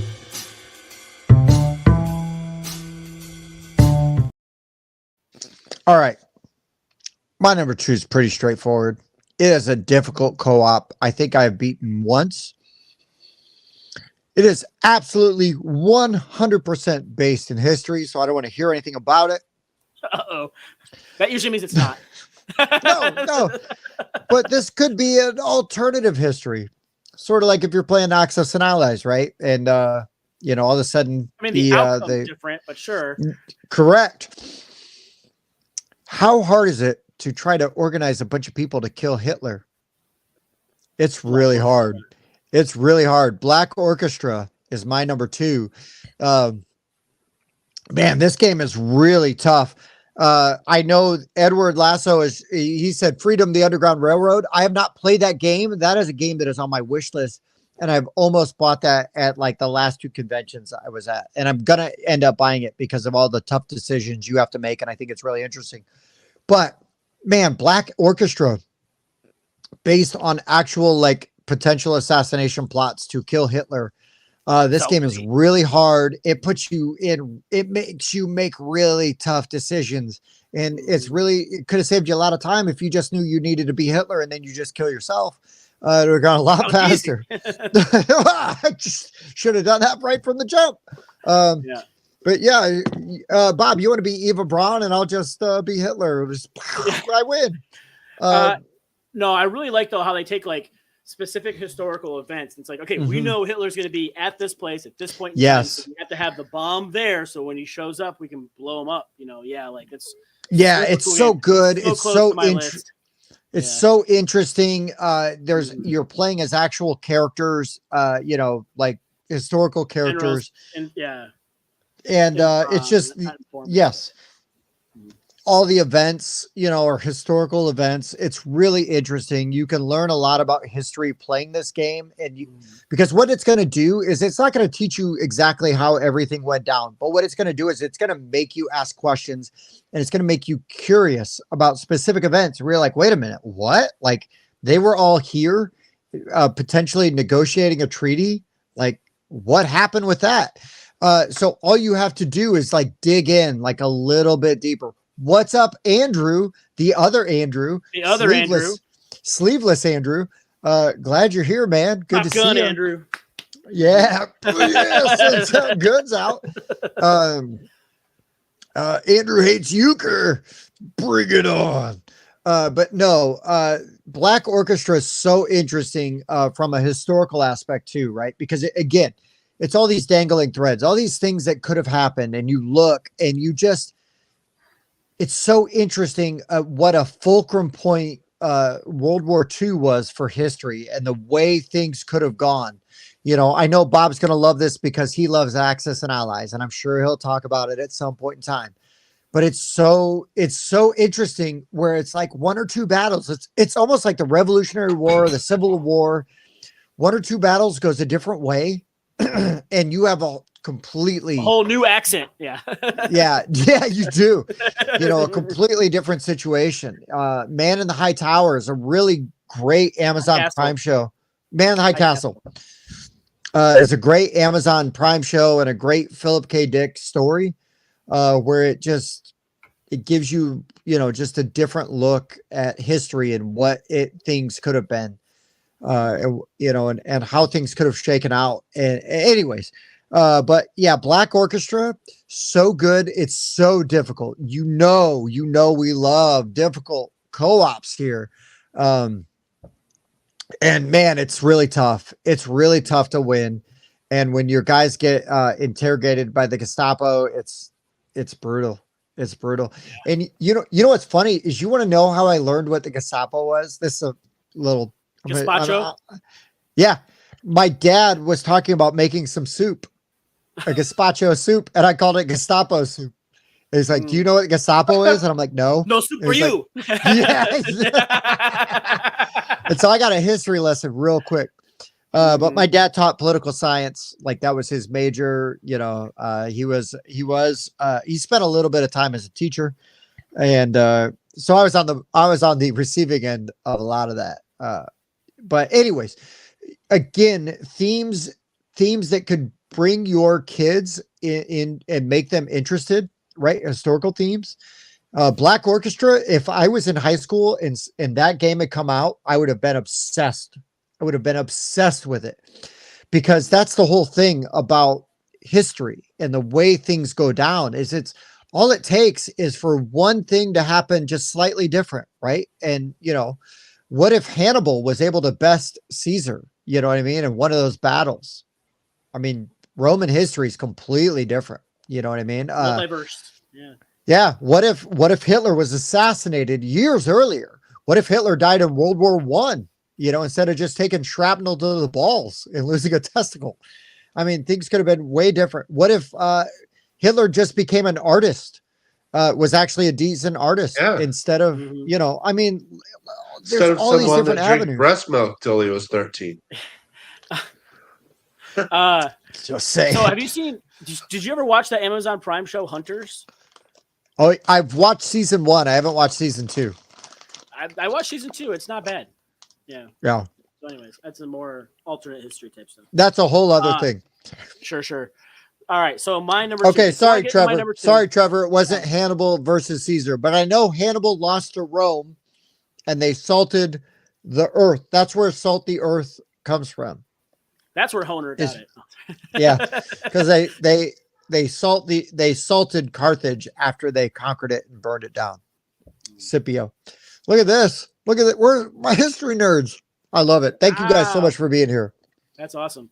And I did want to say also, before I give my number 2, that Hansa Teutonica, Trevor, was so close to being on my list. It was going to be my honorable mention. I need to play I that. love Hansa Teutonica. If you like Concordia and you like to trade, in the Mediterranean, try trading on land. Okay, that's what it is, and that's what introduced me to like the whole bump mechanic. When you're telling me that was the first game I played with the bump mechanic. I was like, oh, this is awesome. Bump me, please. Extend my turn some more.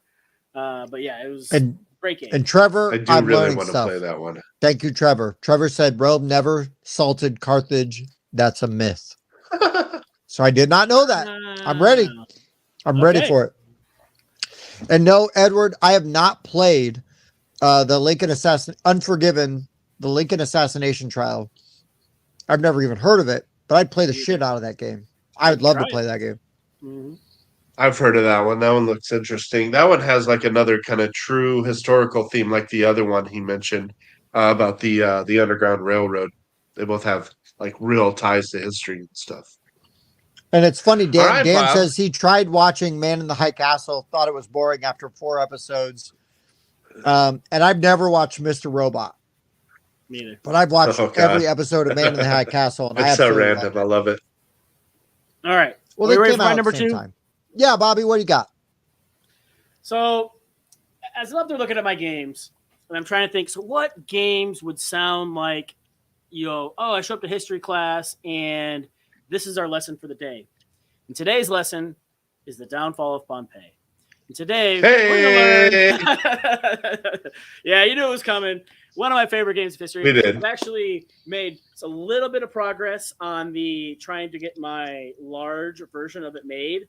Yeah, and I think it's going to be fantastic. So I'm talking like 7 foot by 15 foot vinyl printing. I'm going to take some foam noodles and cut worker pieces out. The hardest part, I think, is going to be figuring out how to make the volcano. I don't know if I just take like a bunch of construction paper, tape it together, and make a huge one, but I want to be able to walk up to it and chuck somebody into this volcano. Like, how awesome would that feel? Dude, Are you just if you could get that done before Nice. If you could get that done before Origins, that would be crazy. Because I'm talking about running. Yeah. I'm talking about trying to run a big game of Ready, Set, Bet, and I'm ready to get like some poster board to put the track on an easel and stuff. So, I mean, I can try, but before Origins, it'd be a tall order. Gen Con. Let's just shoot for Gen Con. Maybe I'm gonna keep working on it, and that would be fantastic. If I Dude, that'd be awesome. That would be amazing. Yeah. So. Downfall. We already talked about it, so I'm not going to go into it a whole bunch more. But it's a great game. Pick, Bob. I think it's a great pick. It is. All right, Mike. Okay. So I finally got to play this game at my first JuliaCon, which is the kind of all weekend event that Tim's sister runs, and I've Friends had and this on my family only. shelf of shame for several years now. But this game is a kind of mid to heavy economic game set in 19th century Scotland that Wait. plays like Terra Oh. Mystica, and this is Clans of Caledonia. Okay. Now they are reprinting this game because it is actually out of print right now, but it definitely gives you that Terra Mystica feel. You put a building out, and during the end of the round, you're going to collect income for it.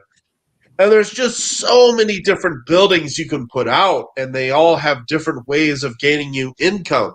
But the whole time you're doing that, there's also this like market board that works like Raccoon Tycoon, where like you sell goods and the prices go down, but then you buy them and the price goes up, and oh, you're doing that while you're also doing this whole building placement income thing. Oh my gosh, I loved this game so much.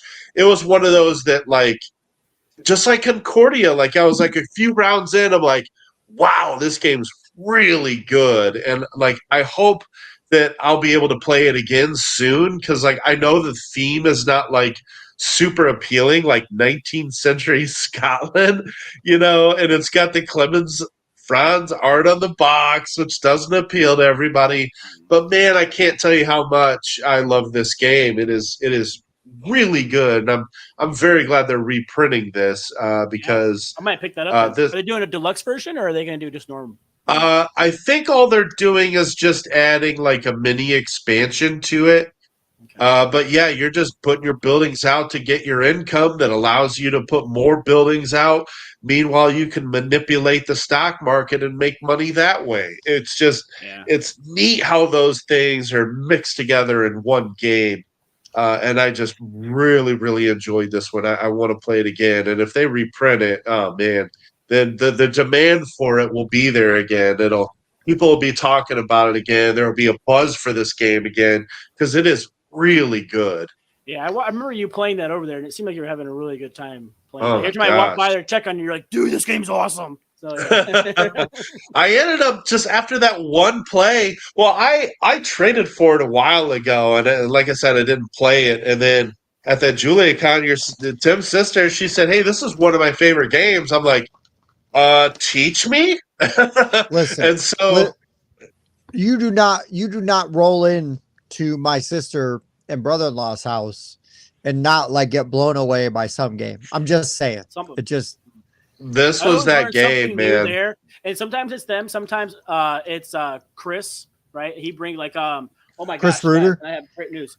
Yeah, no. Chris, I'm not sure the Asian guy. Oh, Chris Tam. Chris Tam. Yeah. They taught us. I'm looking for it now because I have it sitting over here. I think Beyond the Sun. Mm-hmm. Guess what I just ordered? The expansion is out. The expansion. Already. I was like, you already own that game, Bob. Yeah, I know, but now it I have needs the expansion one too. Mm-hmm. After we played it, I rated it. I just want to let David know he counts. If he comes in with the name David Godfrey, he already counts. Hey, that David was over here at my house this weekend, so that was cool. He was. We even teased him a little bit about it. Yeah, it's funny. That was cool. But yeah, man, I Clans of Caledonia. I played it one time, and when we did our top 50, put this at like 20 or 21. It is. I really, really like this game a lot. It's super good. You guys need to play it. I would love to get it out again. 100%. I wrote down that Sculpey, Nick's. Thanks. I'll look into that. See, hopefully that will help. So. Okay. Live stream's awesome. All right, I love it. Number one. On to our number one favorite historic games.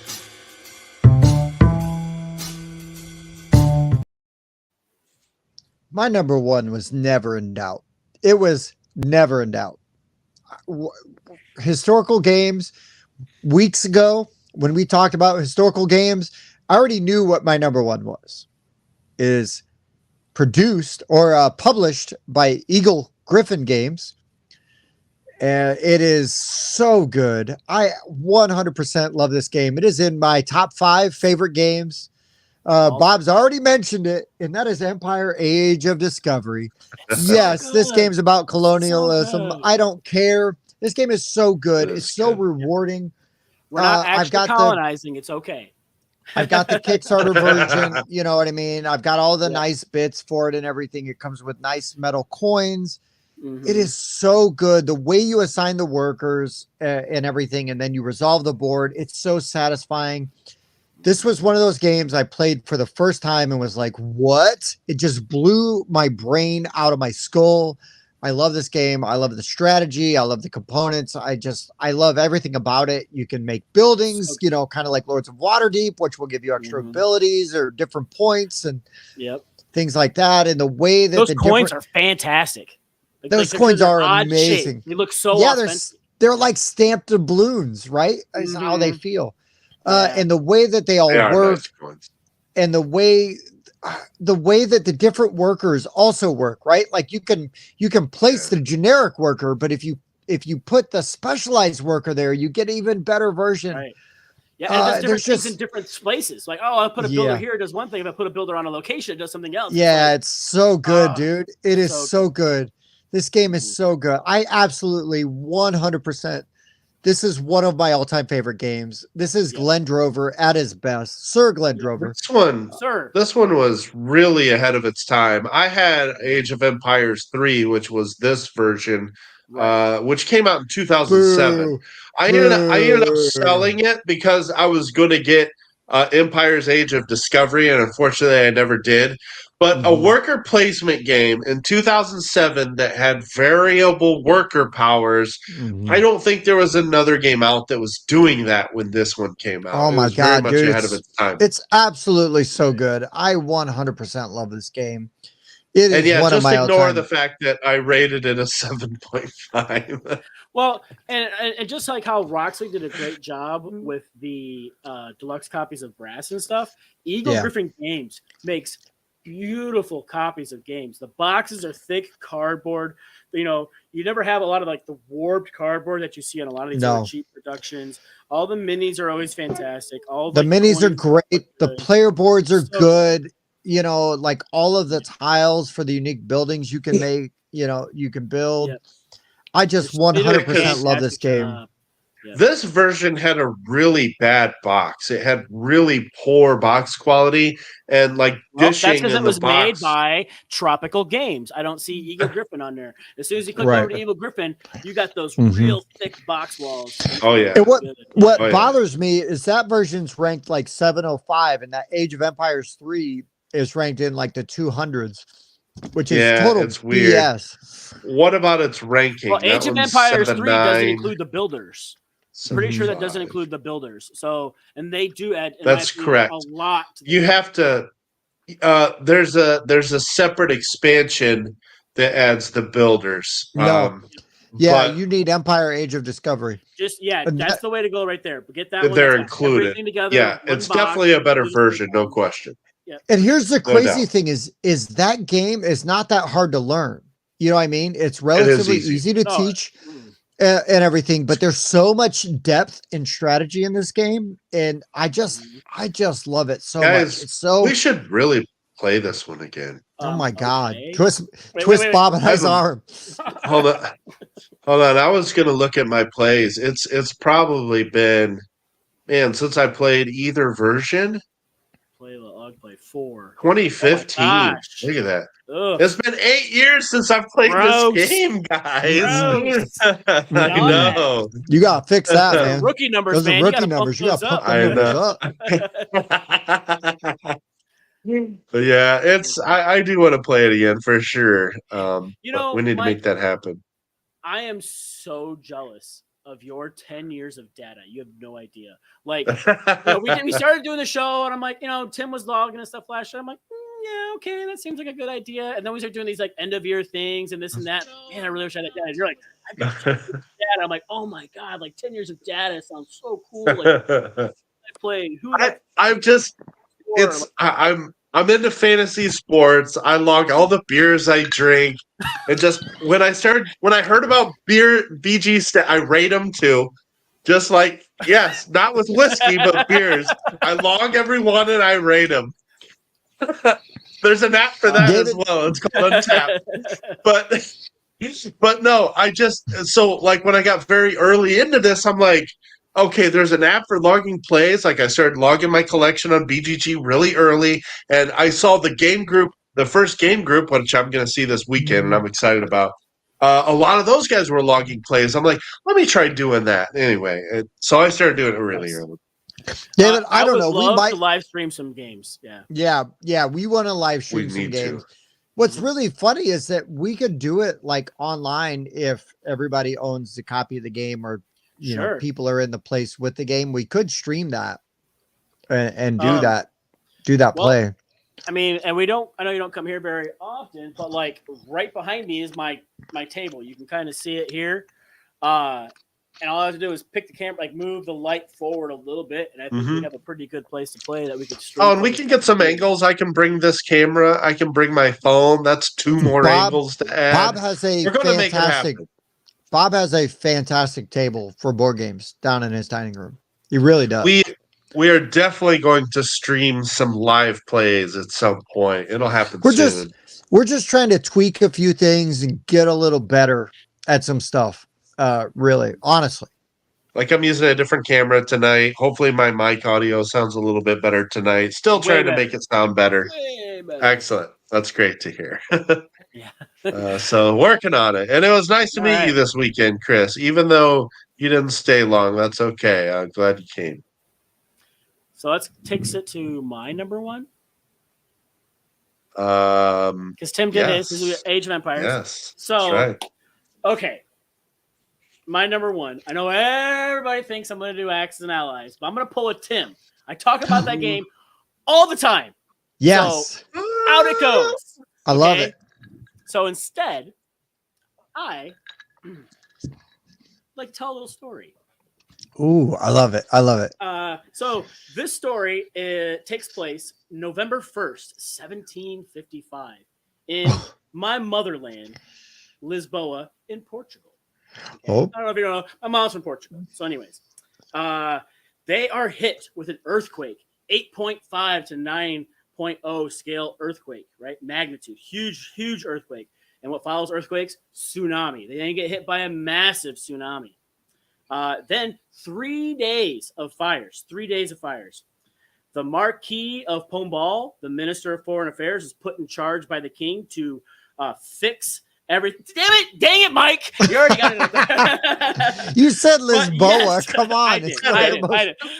But you're going to play as a noble. You're going to use your influence to try to earn the ultimate status, which is wigs at that point in time. And yes, Lisboa, one of my favorite Vital Lacerda games with all the iconography and art by Ian O'Toole, is a fantastic, super crunchy historical game based on a real event. And man, I remember the first time I tried to learn this game, Levi and I pulled everything out, set it all up, looked at it. Sends you like a player's book. It's not like a player aid. It's like a whole book for your player aid. And we looked through it and we're like, wow, okay, let's look over some of these actions. Cool. That took 2 hours. Let's put it away. And we put it all away again. And then the next time he came over, we pulled it all back out again. And fantastic game. Like, oh my gosh, it's so crunchy, so heavy. You know, you're rebuilding the streets. You're dealing with the king, and you're just trying to get all your stuff done. And you're building. Yes, the dual layer player boards are beautiful, and I really enjoy this game. So that's why I wanted to call a little bit of audible via a la Tim, I should say. Let me just say, this makes me so happy. This makes me so happy. That's all I'm going to say. Because Dan says, should I edit the word top out of the title since it's now inaccurate? Because 4.59. Here's the problem, Dan. As you know, when I'm involved in a list, the top is depends on the time of day you ask me. Sure, right, yeah, that's fair. Like, you know what? No, that game sucks. I want to play something else right now. But no, I love Axis and Allies. You know, 1942, fantastic edition of the game. There's a lot of other really good versions of it, like ones that simplify it a little bit, make it more accessible for other people. But I do. I talk about the game all the time. It's like, you know, my number 2 game of all time. I do bring it up constantly, and I think that, you know, Lisboa being a actual true events that happened. Mhm. I think that I thought World War II wasn't. Okay, I do believe in the Holocaust. I'm not a Holocaust denier. But no, I just think it's a fantastic game. It's my favorite Lacerda game, and I would love to play it some more. I Sorry, really want to Dan. play this one. It's like everybody's favorite Lacerda game. Yep. So I just really want to play it. And in all fairness, I haven't actually gotten through Weather Machine yet, right? So, Which, yeah. Ooh. Well, ooh. but in that true being to said, form with most Lacerda games, it's like I pull it all out, I try to set learn all it. up. I put it all away, and then like 2 weeks later, 3 weeks later, I pull it back out again. I'm like, okay, let's actually play now. Yeah. Now I'll learn it. It was a beast. And Trevor, yes, I know. Chris is our resident troll here. He's just messing with you. He's just. I almost dropped an F-bomb. That was close. Yes. Yeah. Messing with you. Messing with you. Nice. Okay, so all right. If I was just going by overall ranking and this was a purist list, then there's no doubt that Concordia would be my number one because it is my favorite Euro game of all time. I left it off my list too. I am leaving it off my list as well. I just wanted to get that out there. If you have not played Concordia, Bob, you need to. I almost talked Bob and Dan into playing Concordia instead of on Saturday night. It was close. Almost like what It was Tim's so not here. close. We're playing Concordia. Here's the thing with I Concordia wanted to happen with the four of us, though. Concordia feels like slightly more generic, where the other historical It's generic themed games I have are way more like this is specific. a very specific point in generic. history. Right. Speaking of very generic, non-thematic games, my number one is Stefan Feld's Trajan, because this game is about conquering ancient Rome, and the way you're doing that is with this really interesting Mancala system. Okay. And so what you do is you're going to take all of your action markers out of one area and you're going to drop them counter or clockwise. Okay, so you drop one here, then drop one here. Now you're going to perform this action. Now you've got 3 cubes over here. So on your next turn, you can pull cubes from anywhere and you're going to drop them clockwise. Wherever the last one lands, that's the action you do. So you're able, because of you're just working your own player board for your actions, you're able to set up so many turns in advance if you're willing to kind of really puzzle out this Mancala system you've got on your board. And it's just fascinating to me. I love the way this Mancala works. I really want to try the Crusaders game that has a Mancala system, because I have not seen another game do this mechanic. I haven't played other games that have the mechanic. But Crusaders, another historical game, as Edward is mentioning as well. But it also has a Mancala like this one does, except this one kind of makes you play several mini games. It's not very thematic, but I mean, again, what Stefan Feld game is thematic? None of them are. And yeah, it's kind of a drab board. Merlin is a historical theme, and I thought maybe you'd drop it tonight, but I know you've only played it once. Right. But yeah, it's like this series of mini games. But on top of that, the colored cubes, or these markers you drop into that Mancala, they can get you bonuses too, because as you're dropping them down, I'm trying to find one of them that has it, you get these Trajan tiles on your player board, and they give you bonuses. So you're trying to set up doing these Trajan actions, like this one here. It needs 2 whites there. So maybe I pull from here. I'll drop my white cube here, then my orange cube here, and take this action. On my next turn, I'll pull from here. I'll drop my yellow cube here, then my white cube here. Now I got 2 cubes here, and I satisfy this Trajan tile. And so just that puzzle is so interesting, man. I want to play more Mancala games. This one just blew me away when I played it. I love it. It has 0 player interaction. It has 0 theme. you're just sitting there kind of. Now there is some kind of take that on the board, like not take that, but like you're taking tiles before other people do. Hey, this one's worth 5 points, so maybe I can beat someone to this one, you know. Or there's also this military track up at the top, and there's special tiles that you can take before other people do. You're also collecting cards, and you can sell them as sets. The first player that sells sets in a round gets more points than the second player that sells sets in a round. So it's just that, hey, I did it before you interaction, not like true interaction. But man, the mechanics are just so good in this one. I love it. I love it so much. Okay. That's a lot really for a game I've never played. I'm really glad you love it. I know. I'll force you guys to play it at some point. But I'm down to play Trajan. I'm totally down to play it. Yeah. So all right, guys. So modern themes was hard to do. Historical themes was really easy to do. After Bob kind of talked me into sticking with the historical theme because I already had the thumbnail up. I already had the history theme premiere up for the YouTube channel. I switched it. He's like, "What? Do this to me." And then I real quickly just wrote down some history games, and before you know it, I had like 12 of them in no time. It was so much easier to do this list. So why don't you guys give us some honorable mentions? Okay. Oh, go for it, Bobby. You can go first. Okay. So, normally how I do my list, I'll start looking at my collection and then wander upstairs and everything, and I start writing names down. When I look at one, I'm like, ooh, I really like this game. I want it to be on the list. I put a star by it. There were 2 starred games that did not make it on my list. Terracotta Army. I love Terracotta Army. It's so I don't know why I good. didn't write that down. Of the mixing of the way the discs go either direction, like, oh my gosh, like the brain fry that comes from that, like to be able to puzzle that, okay, it's gonna move once, I can move this back, and you're trying, because there's like 9 or 10 different combinations that one action could take if you rotate something one way or another, and it's fantastic. Because it's the same guy. I think he did Nemesis, right? Is that the same guy? Might have been. Yeah, it is. That Polish guy. I can't remember his name. I'm drawing up. Here, I'll go back. Yeah, me too. Kwapinski. Yeah, that's Dan's guy. Yeah.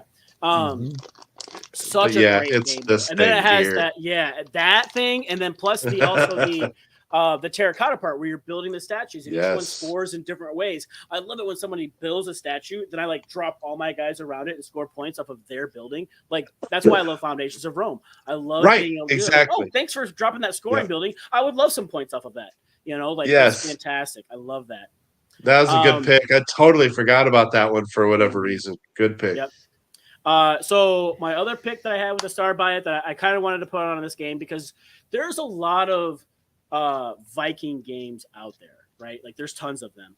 But one of my favorite ones, because it's not just like, oh, we're going to go pillage. You can trade. There are a lot of Vikings that just traded, and that was what they were. Hey, I'm just here to trade with you. Hey, I just want to trade some fur. I got some fish. I want to do some trading. Yeah.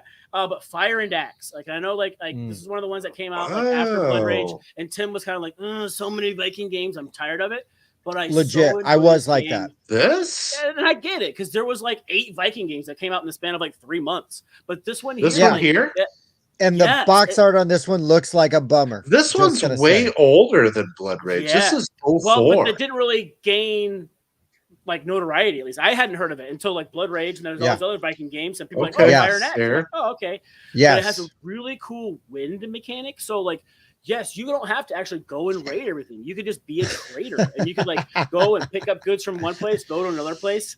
Hey, and you could. I love you could just game how the wind is going, because depending on which way the wind is blowing, you can move more spaces in certain directions. So you just pile it up okay, the wind's going this way. I'm going to go up there. I'm going to pick up a bunch of goods up. I'm going to play one of these cards, Wish to the Gods or something like that, Gift to the Gods, to change that wind direction to go the way I want it to go, and then sail really fast the other way to drop off all these goods.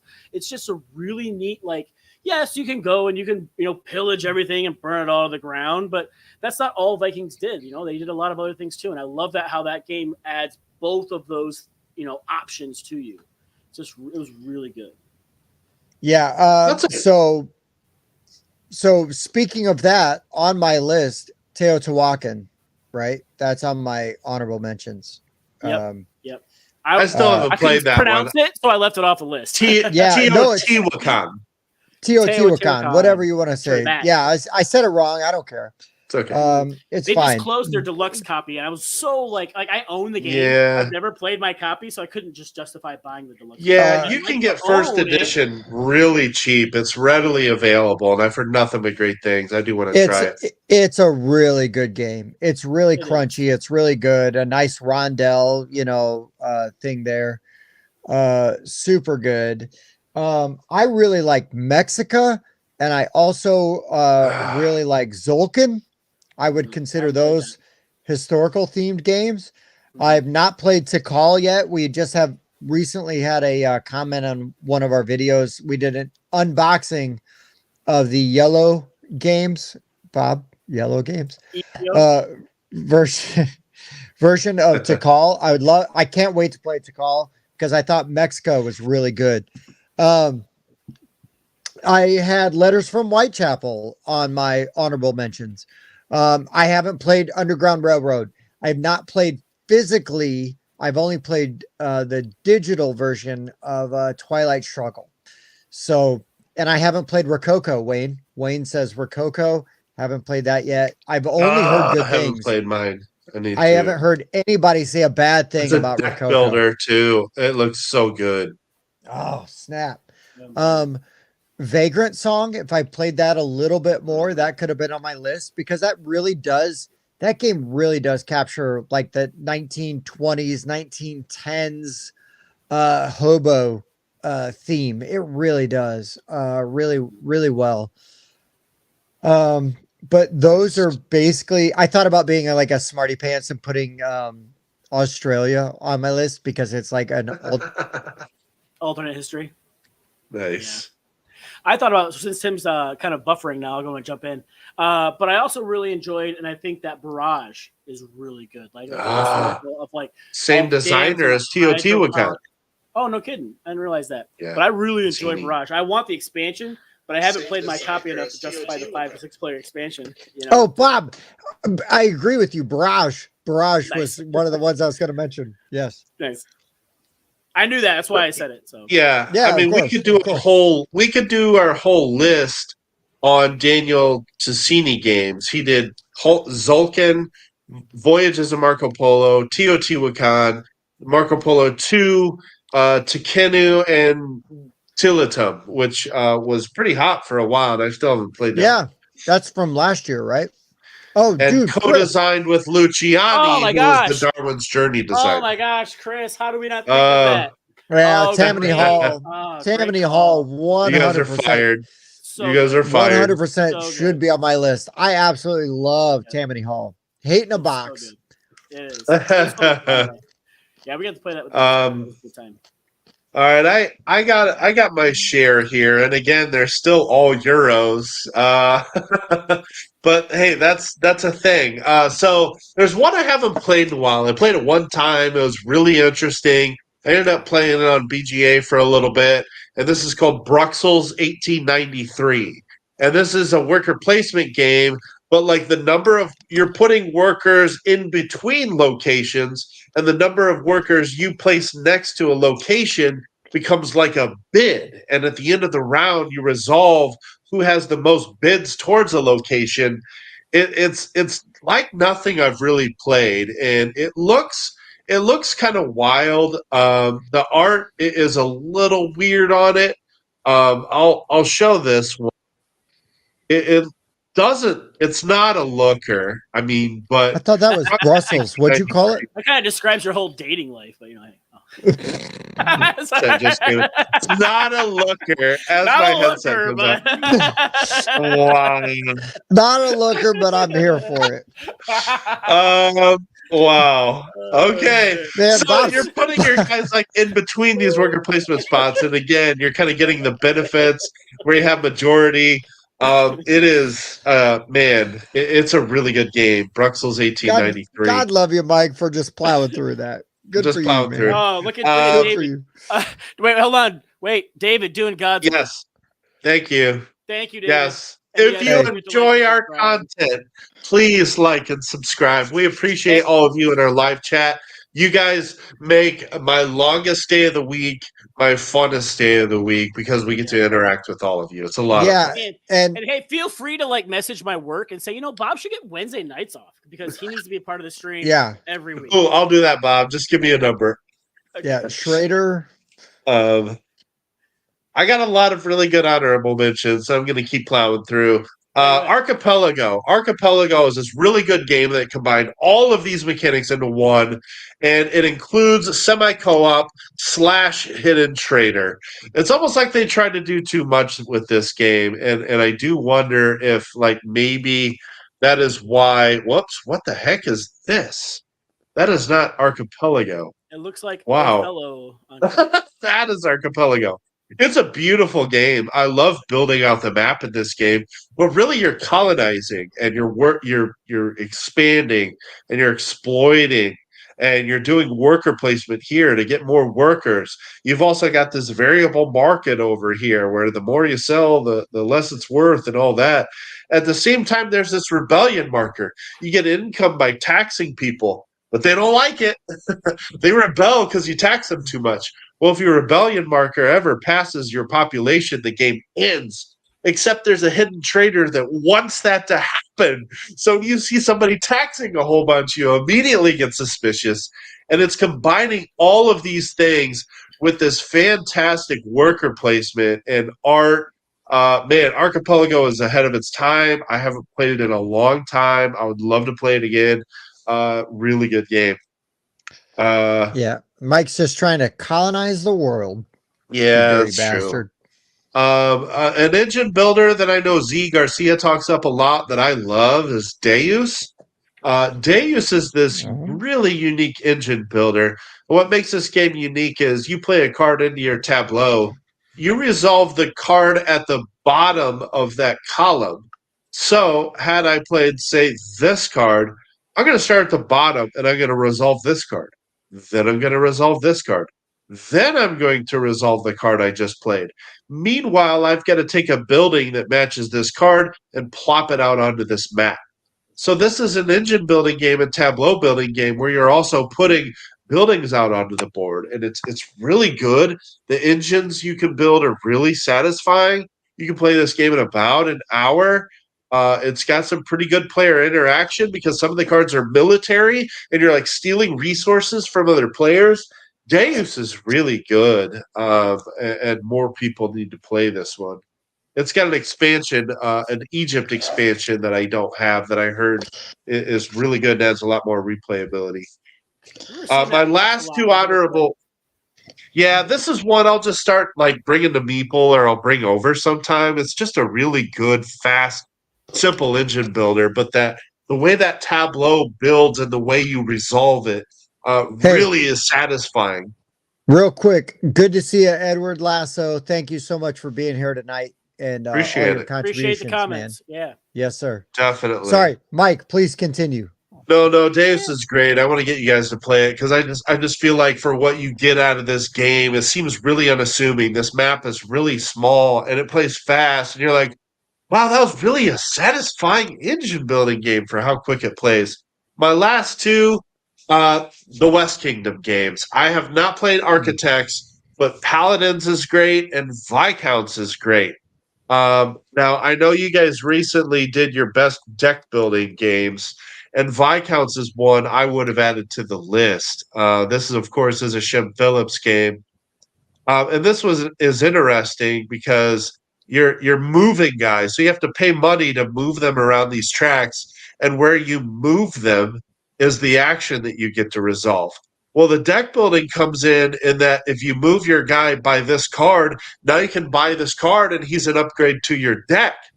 But the way you resolve the deck building in this game is really interesting too. It's really unique. I was trying to find the player board, but I'm not having a whole lot of luck. There you go.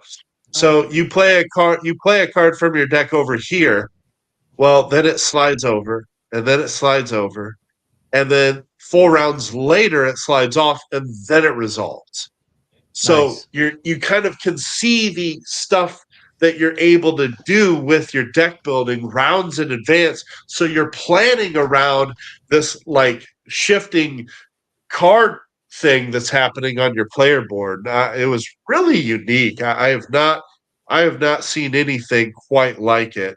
Um, but yeah, exactly, Trevor. Shem Phillips is this wizard at Worker making worker placement. placement like no other worker placement game you've ever played. And Viscounts was no exception. It has this unique deck building mechanic on top of moving guys around a board and taking an action based on where your guy has moved with a bonus based on the card that's in your tableau. It was really cool. Liked it a lot.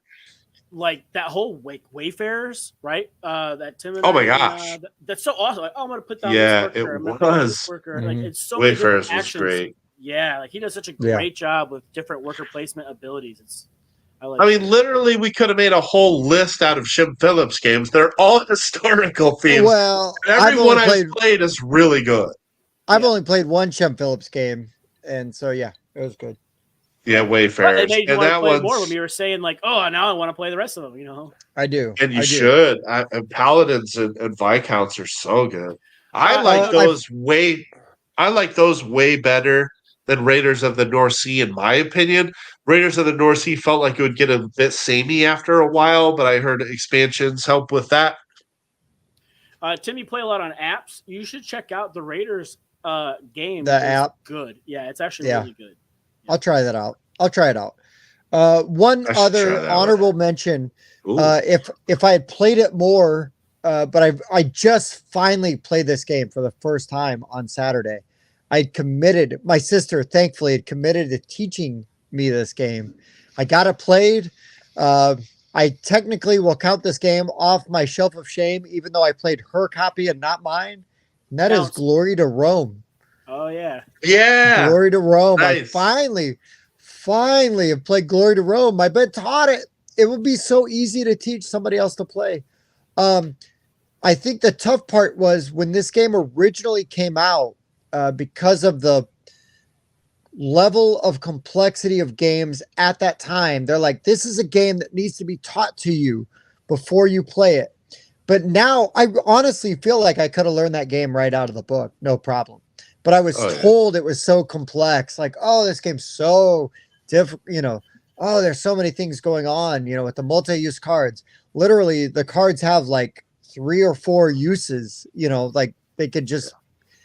But now I've played so many games, it was so easy to learn. I'm like, okay, yeah, this does this at this point in time. If I do this, it does that. If I do it then, it does this, whatever. Anyways, such a fantastic game. I've got the ugly clamshell version. She had my sister As has does everyone else. the very nice black box version, which looks great. The art is still minimalist in there, but anyways, a really good game. No. I figured you would have at least bring that up tonight. Yeah. It definitely bears mentioning. I think to me, what gets me about that game and the learning curve, which isn't super high, is just that the game does things other games do. They just call them different things, and the terminology screws with you. You're like, what's discarding? It's this term. Oh, I got to remember that term is discarding a card. Okay. And then you forget what that term was. Like, what? It's got weird terminology, is all I remembered that I kept forgetting. This is the version. So ugly. This is the version that I own. It's ugly as hell. Good, though. But the game plays the same way. What a great game. And yes, for anybody that wants to know, that is Sir Winston hanging out there with Mr. Bobby. He is our the door, but there was nobody there. He's handsome. Yeah, he's our buddy. We love Winston. He's our mascot. Bob, I was going to give you a hard time because I was going to try to get Kelly to come to Gen Con with me, but you apparently asked Kelly to watch Winston while we're at Gen Con. So I did. Whoops. Sorry, failure. That's all right. My children will be so happy. Good. Right? See, I'm occupying them for you. You're welcome. I know. Winston, he's so good with kids too. Yeah, Winston's amazing. At my birthday, my kids were so excited just to hang out with Winston. It didn't matter what else was going on. They're out in the backyard chasing and running. Yeah, and because he's so good with kids, he doesn't care. Like I've got an 11-year-old, a 6-year-old, and I believe Jason and Katie, right? Rory, what is she, 10? I don't know. You know what I Sounds about mean? right. Like right in there, you know what I mean? So like she was happy to hang out. The Doobie Girls, who again, It was so cute. Like I in-laws. was walking through the room and your daughter was like, "I'm his dog sitter." Like she was so Yeah. proud. Like she was gonna be watching him coming up. It Oh, was funny. dude, Bob, trust me. When he comes in, it is like royalty is Right. passing through the The house. red carpet gets rolled out. Yeah. And then like I can walk in, they roll it up real quick so I don't have to walk on it. So, Even Kelly, who's like, we're not getting a dog. It's like, oh, Winston. Winston, he's just You know, a yeah. boy. He's He so is. chill and very relaxed. He is the best boy. And apparently he Yes. looks like Nix's late Uncle Chuck. So R.I.P. Aw. Uncle Chuck. All right. So guys, towards the end of the show, Patrick, my brother-in-law, who came on, did the live We Asked a Lawyer That's awesome. quack video, which if you haven't checked it out and you're curious about the quackalope thing, Patrick, my brother-in-law, came on. He's a lawyer. He has worked in the game industry and he's worked multiple sides of the game industry. He's been on the publisher side. He's been on the designer side. The guy is just straight up lawyer, comes at it flat. He has a very strong opinion, and he definitely comes down on one side of the issue. I will just say that. I recommend you go check out the video. Yeah. Bear with Tim's got some bad audio spikes in there. Bear with it. It stops like 15, 20 minutes in. Yeah. Yeah, it doesn't go long. we figured it out. But anyways, totally worth checking out if you're interested in that. But Patrick also was like, hey, I'm going to get Tim the worst game for his birthday. I never saw succeeded. it. Oh, that's right. So, we're gonna play it. Oh, we're playing it. Yes. You and Bob and the people that are still here in the chat. We're going to do a little bit of auto. I forgot we mentioned we were going to do this Saturday. Awesome. Oh, I did not remind you on purpose, Mike, because I was going to blindside you with this. Sir. I was going to blindside you with this. But before we do autocomplete, real quick, I just want everybody to run through their top 5 real fast. Okay. So and I'll start. My number 5 was Campaign Trail 2008. That was my number 5. That was very close history. Campaign Manager. Campaign Manager. Sorry, I wrote Campaign Trail for some reason. Campaign Manager. Excuse me. My number 4, Downfall of Pompeii. My number 3 was The Bloody End. My number 2 was Black Orchestra. And my number 1 was the greatest game of all time, The Empire Age of Discovery by Sir Glenn Drover, friend of the show. All right. So my number 5, History of the World. Number 4, Empire's Age of Discovery by Sir Glenn So Drover.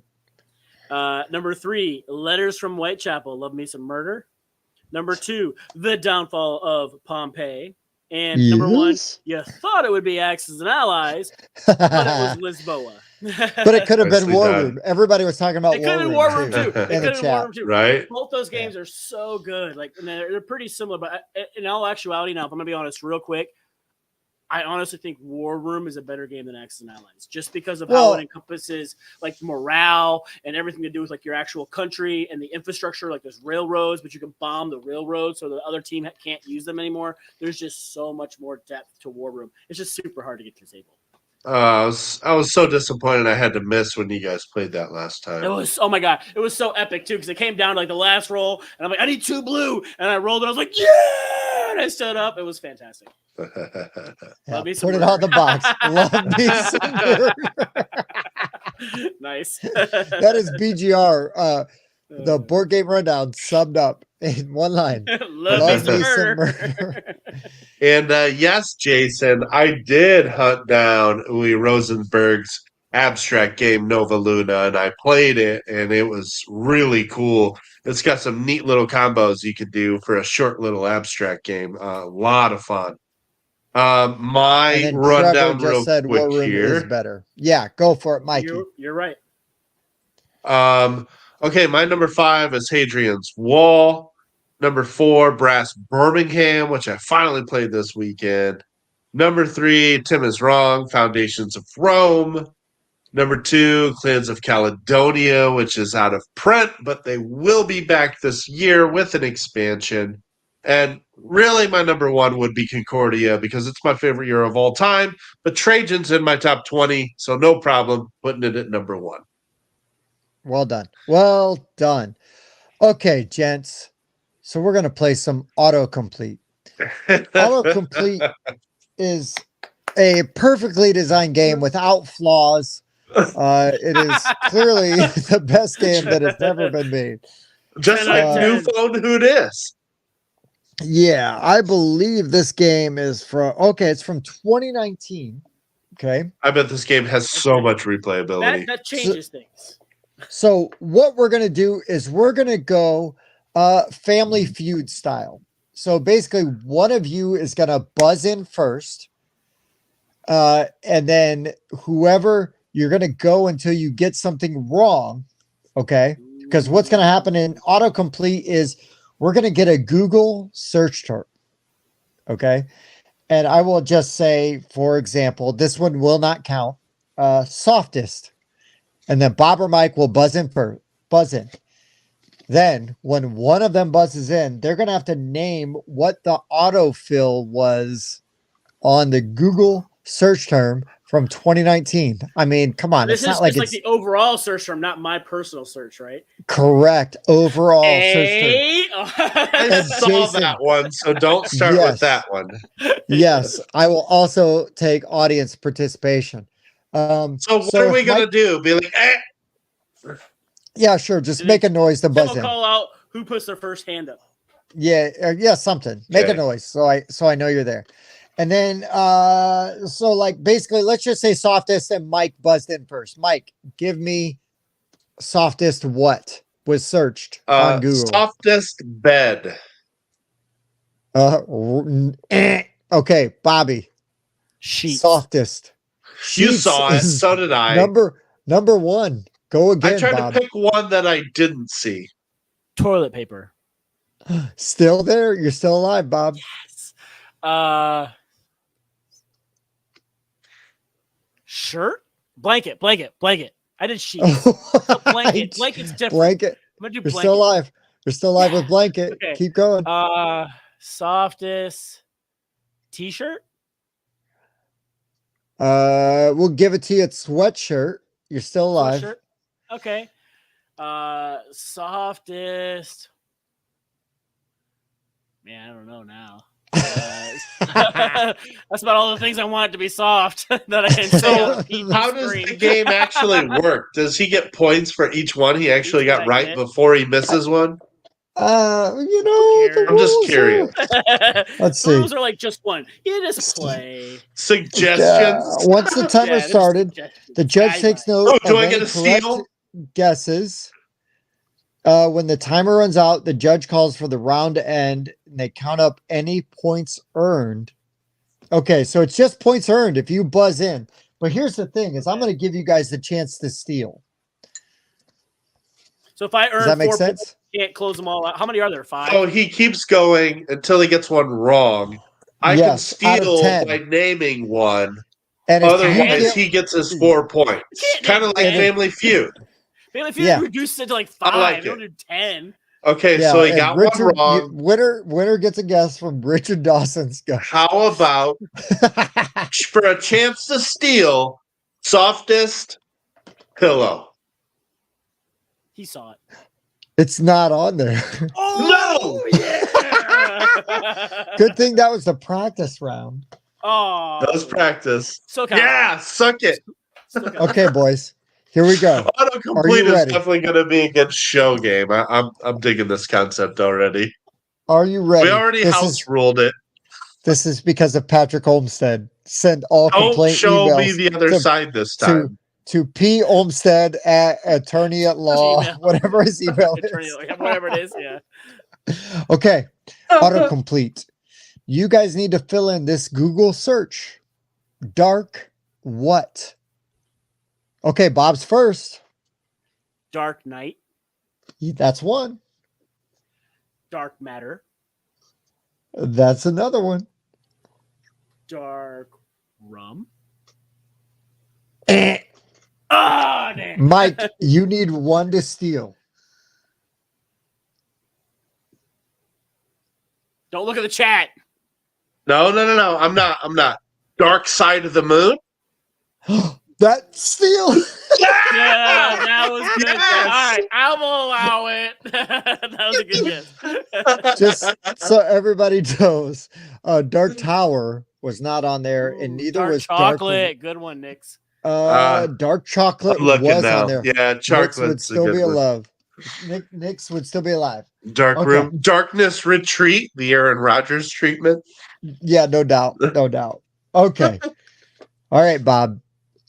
You got no excuse for this one. So how are we scoring this? So we have a, or are we just gonna You've do like got- 5 rounds? Let's do 5 rounds. Mike's winning 1-0 Ooh, okay. right now. I'll because log he this. stole the point. So it's not so many you get. It's just if you win the point or not. Yes. So Play if to Mike would 5. have guessed wrong, Bob would have gotten the point for that. Yeah. Okay. Regardless of how many I guessed. Correct. I just have Correct. to Here we name go. so many that Mike can't name one. Dang it. Right. Do Okay. better. Do better. Okay. Get good. All right, guys. This autocomplete in Google from 2019. Will my dog eat my blank? Oh, Mike. I haven't had it. Will my dog eat my I just This want to is- steal. I'm He running just out wanted of to chime time. in. Chocolate. Timers are out. Chocolate. What? No, you're No. wrong. Oh my god. So I get one guess to steal, right? One guess to Yes. steal. Corpse. Nope.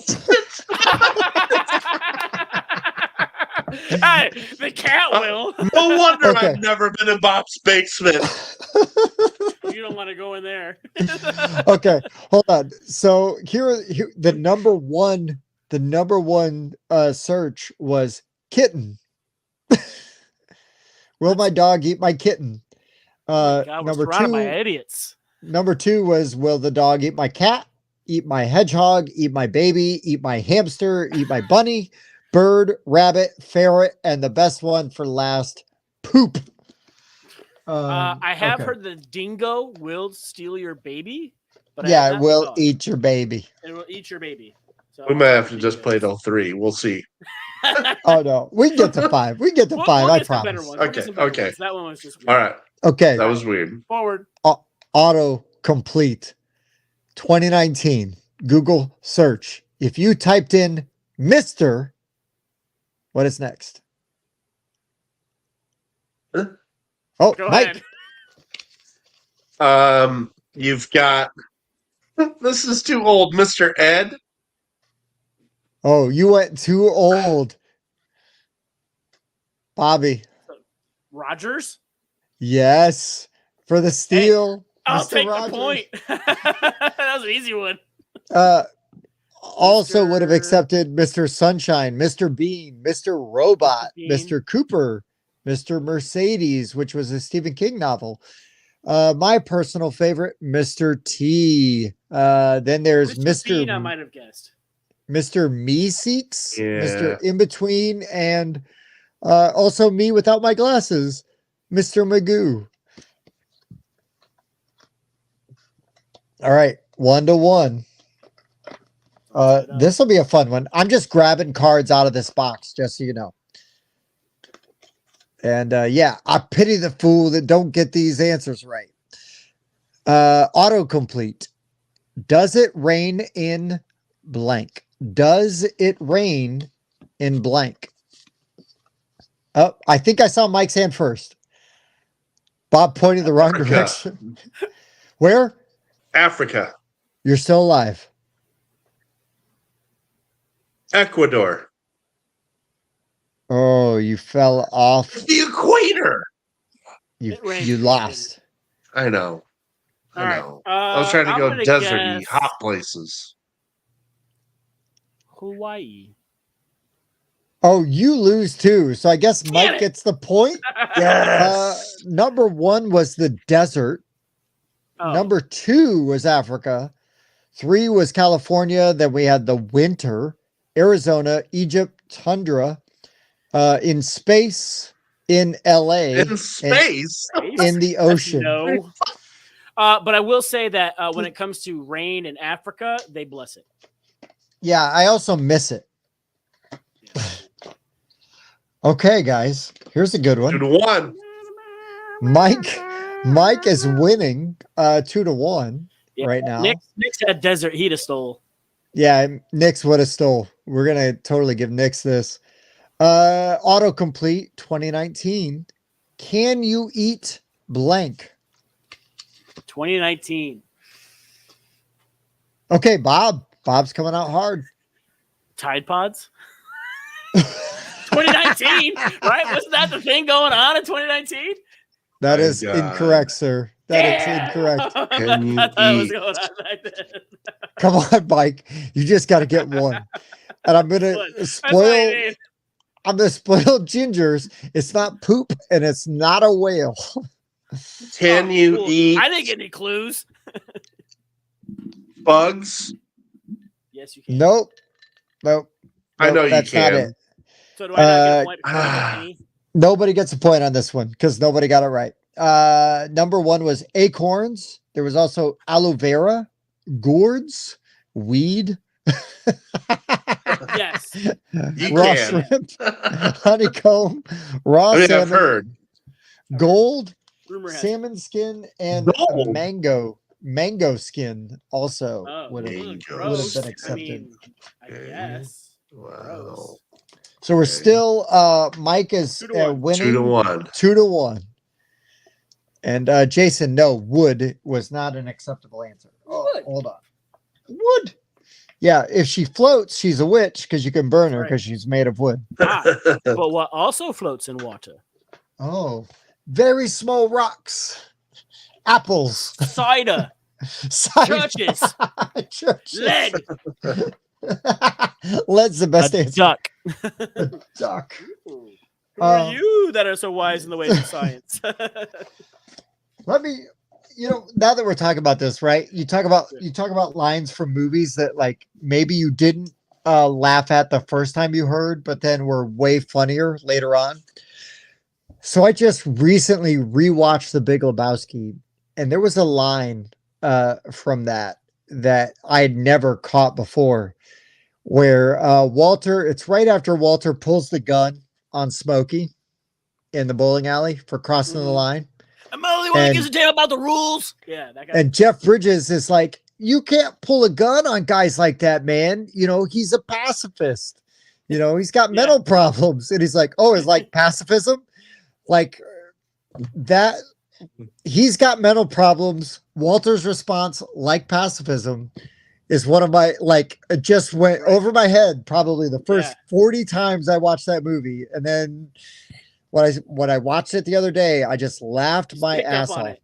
Yeah. Yeah. Well, let's And make Nick's, some call I me was just Tim. going to say, Nick's, Yeah. just so you Tim. know, I have the Funko Pop of Tim the Enchanter. I'm just going to say that. Nice. But go on, Bobby. That reminds me of that part in The Mandalorian when, like, all of a sudden toward the end, right? And Grogu's in the, spoiler alert, he's in the robot, right? And the two Mandalorians are kind of like, why this? And I did this. And the guy, and so like Grogu walks up to get in between the fight, and he's like, no. And Mando's like, I didn't teach him that. Because that's his way. It's like, well, what do you distribute? You find it out. But no, he's like, well, I didn't teach him that. You didn't learn that from me. My children will still go, no. But they'll act like they're pushing the button the whole time. No. I love it. It's so good. No. It's so good. Yeah. I don't care what anybody says about season 3. I at 100% am down for that. Things? I thought it was great. Yeah, I enjoyed it. The people who are saying shit are just all the Star Wars fanboys who just hate on anything that's not original trilogy. Not to get off on Star Wars tangent, but like they're like, well, it's not Return of the Jedi, so it's garbage. Right. I agree. Okay, forward. All right. Autocomplete. Here we go. Why Is it called a pair of blank? Why is it called? Yeah. Why is it called a pair of blank? Mike, you should answer this one. Okay, Yeah, Mike. Go ahead.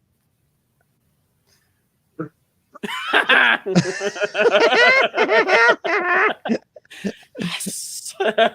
Shoes? I What? don't know. You said Shoes. shoes? I said Nope. shoes. I don't know. Not a pair of That wasn't a shoes. bad guess. I know. Well, you know it's why it's a pair of shoes. There's two of them. I It's a know. pair. I don't know. I don't know. Come on, Bob. Glasses. Ooh. Yes. Bob Nick's, gets the that's, point. that's a good one. 2-2. You read Nix's answer. That was a good one. I Number- did not. That's way Hey. over here. I didn't read it. All right. Hold on. Nix and Trevor also had the number one answer, and Ginger did too. Pair of Ooh, pants. shorts. Pants. Pair of Okay. pants was number one. Those were Uh, good. I just drew The a blank. number trying to two was steal. pair of panties. And then the number three was a pair of glasses. I'll save the rest just in case Makes it ever. sense. Oh shit! Ever comes up again. In case we play it again in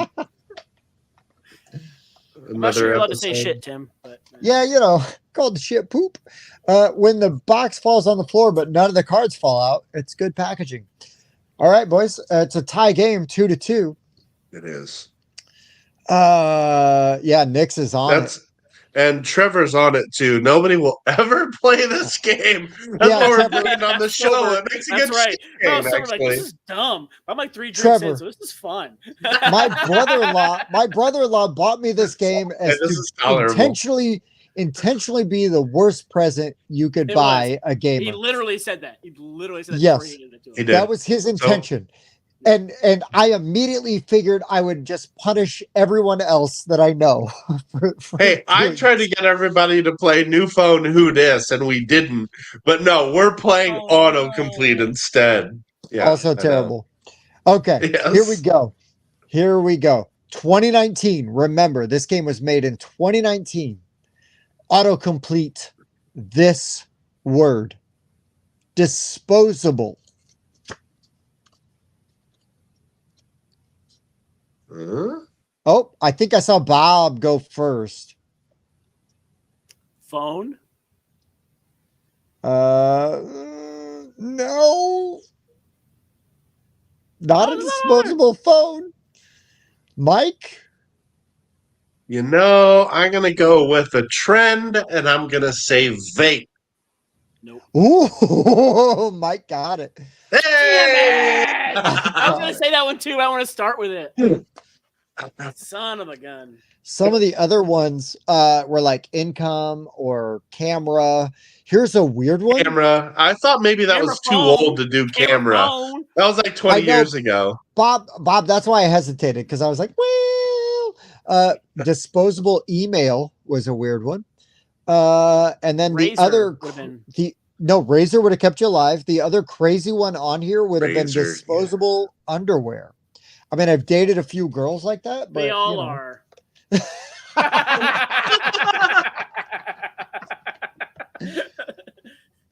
Okay. I'm wearing disposable underwear right now, gentlemen. Yeah, depends how much you fart. Got a little wet. It depends on if Andrew ate my cheese dip before we started this. Yeah. No kidding, Okay. Trevor. Disposable income. What's that? What's that? Yeah. That No means Board you game don't money. have kids. Yeah. Board game money. Board game money.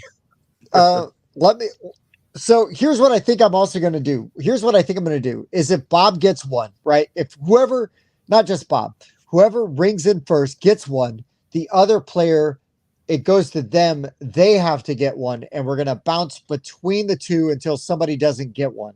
That sounds think good. that's- I think that's going to be the most fair way to do this. Okay. Okay. I apologize for changing the rules halfway through. Mid game, but that's totally if- Tim, so we're good. But if you've played a game with Tim, Oh wait, this guy's supposed to give you a +2, not a +1. I'm sorry. So we're gonna do that moving forward. But All right, go ahead. moving that forward. it doesn't run on forever, we'll stick with our current score, which is 3-2, by the way. Correct. Fine, But Mike, I you start agree the with- lead. I'm just saying I agree with the rule change, so Okay. I'll allow it. I'll allow it. And unfortunately for everybody, this is going to be a game we play going forward. I cannot wait. Okay. Autocomplete this. Why did pirates have blank? Bobby. Maps.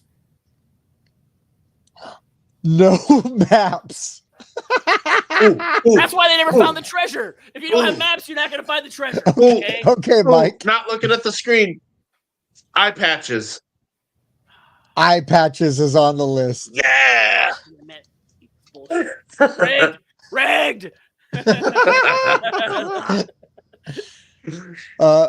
Yeah, I have a Hooks reason was for that. also The eye patch thing. I've actually heard a historical, perhaps, right? Oh, So they okay. say that they would wear the eye patch, so when they would go below deck, they would switch it, and that eye is already Heard accustomed that. to the dark, And and it would it's- be easier yeah. for them to see instead of being That blinded by the light. And waiting for the actually light. makes sense. It does. Whether it's true or not, I don't know. But I don't we're know gonna either. say it's true. holy crap. Trevor is already on top of this, and so is Nick. Yeah. Look at Listen this. to this. I know. Gotta It be makes true. so much It's gotta be sense. true then. I mean, if I love our it. chat agrees, it must be true. Agreed. Agreed. I agree. We might have to play first to 7 because I'm having so much fun with this. Here we Well, we're go, gonna keep going boys. till I get ahead. So Here we go. Autocomplete this. Why aren't there more female blank? And don't get yourselves canceled. Bob? programmers. No. Wow, because that's like a thing that's been talked about back then. Even like they were talking about Not in- women in that not in- industry and how it's not a fine word. Uh-oh. 2019 So we got an available steal here. We Yeah, do. well- I'll go with politicians. Nope. No. Keep Yeah. going, Bob. Bob, you got a Oh, chance. I gotta get one right. Any female astronauts? Nope. Damn. This is so subjective, right? There's only 10 correct answers. Correct. Coaches? No. No. Back to Bob.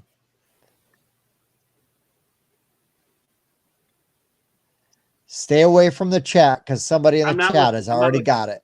I know. I trust you guys. I'm just saying. What was Mike's first answer? Politicians. Okay, I almost said that. I'm glad I asked. Doctors? Nope. Back to Mike.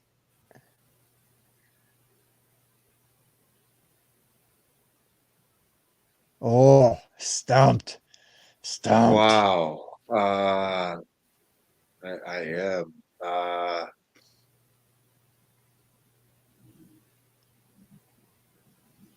Back to Bob so I can buy more time. I don't know.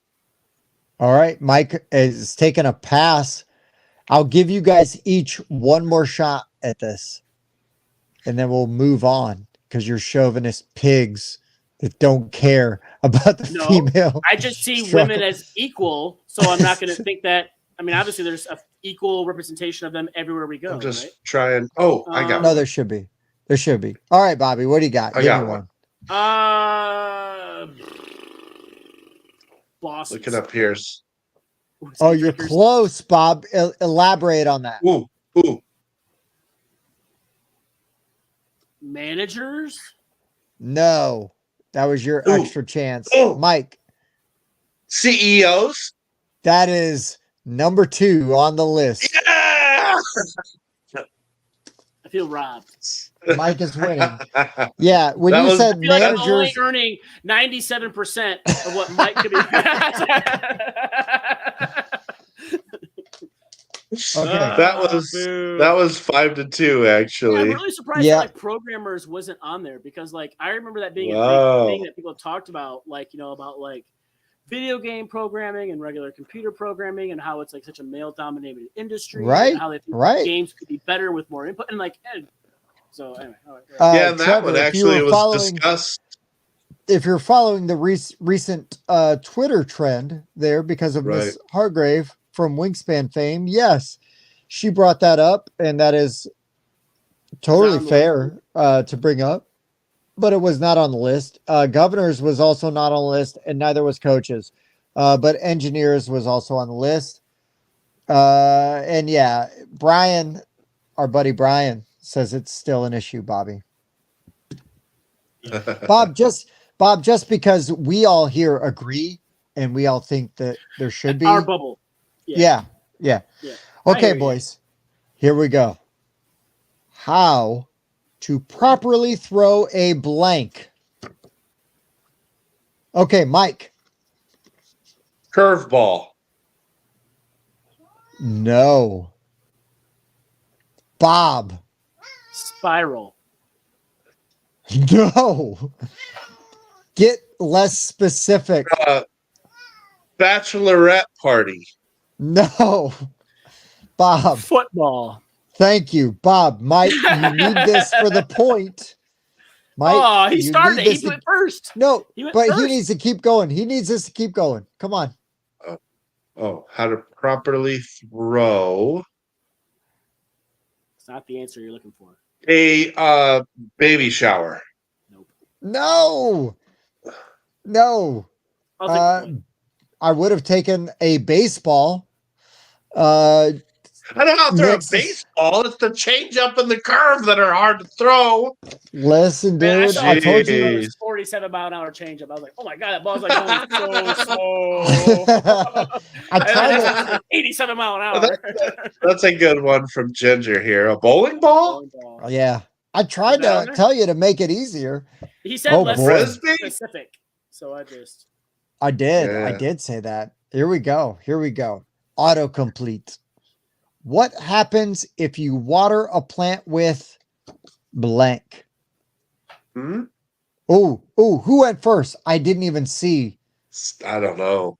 That was close. I think I got him by a nose. People. I would Okay. rather see it. All right, Mike. Mike, All go right. first. I was going to say vinegar. Not on there. Wow.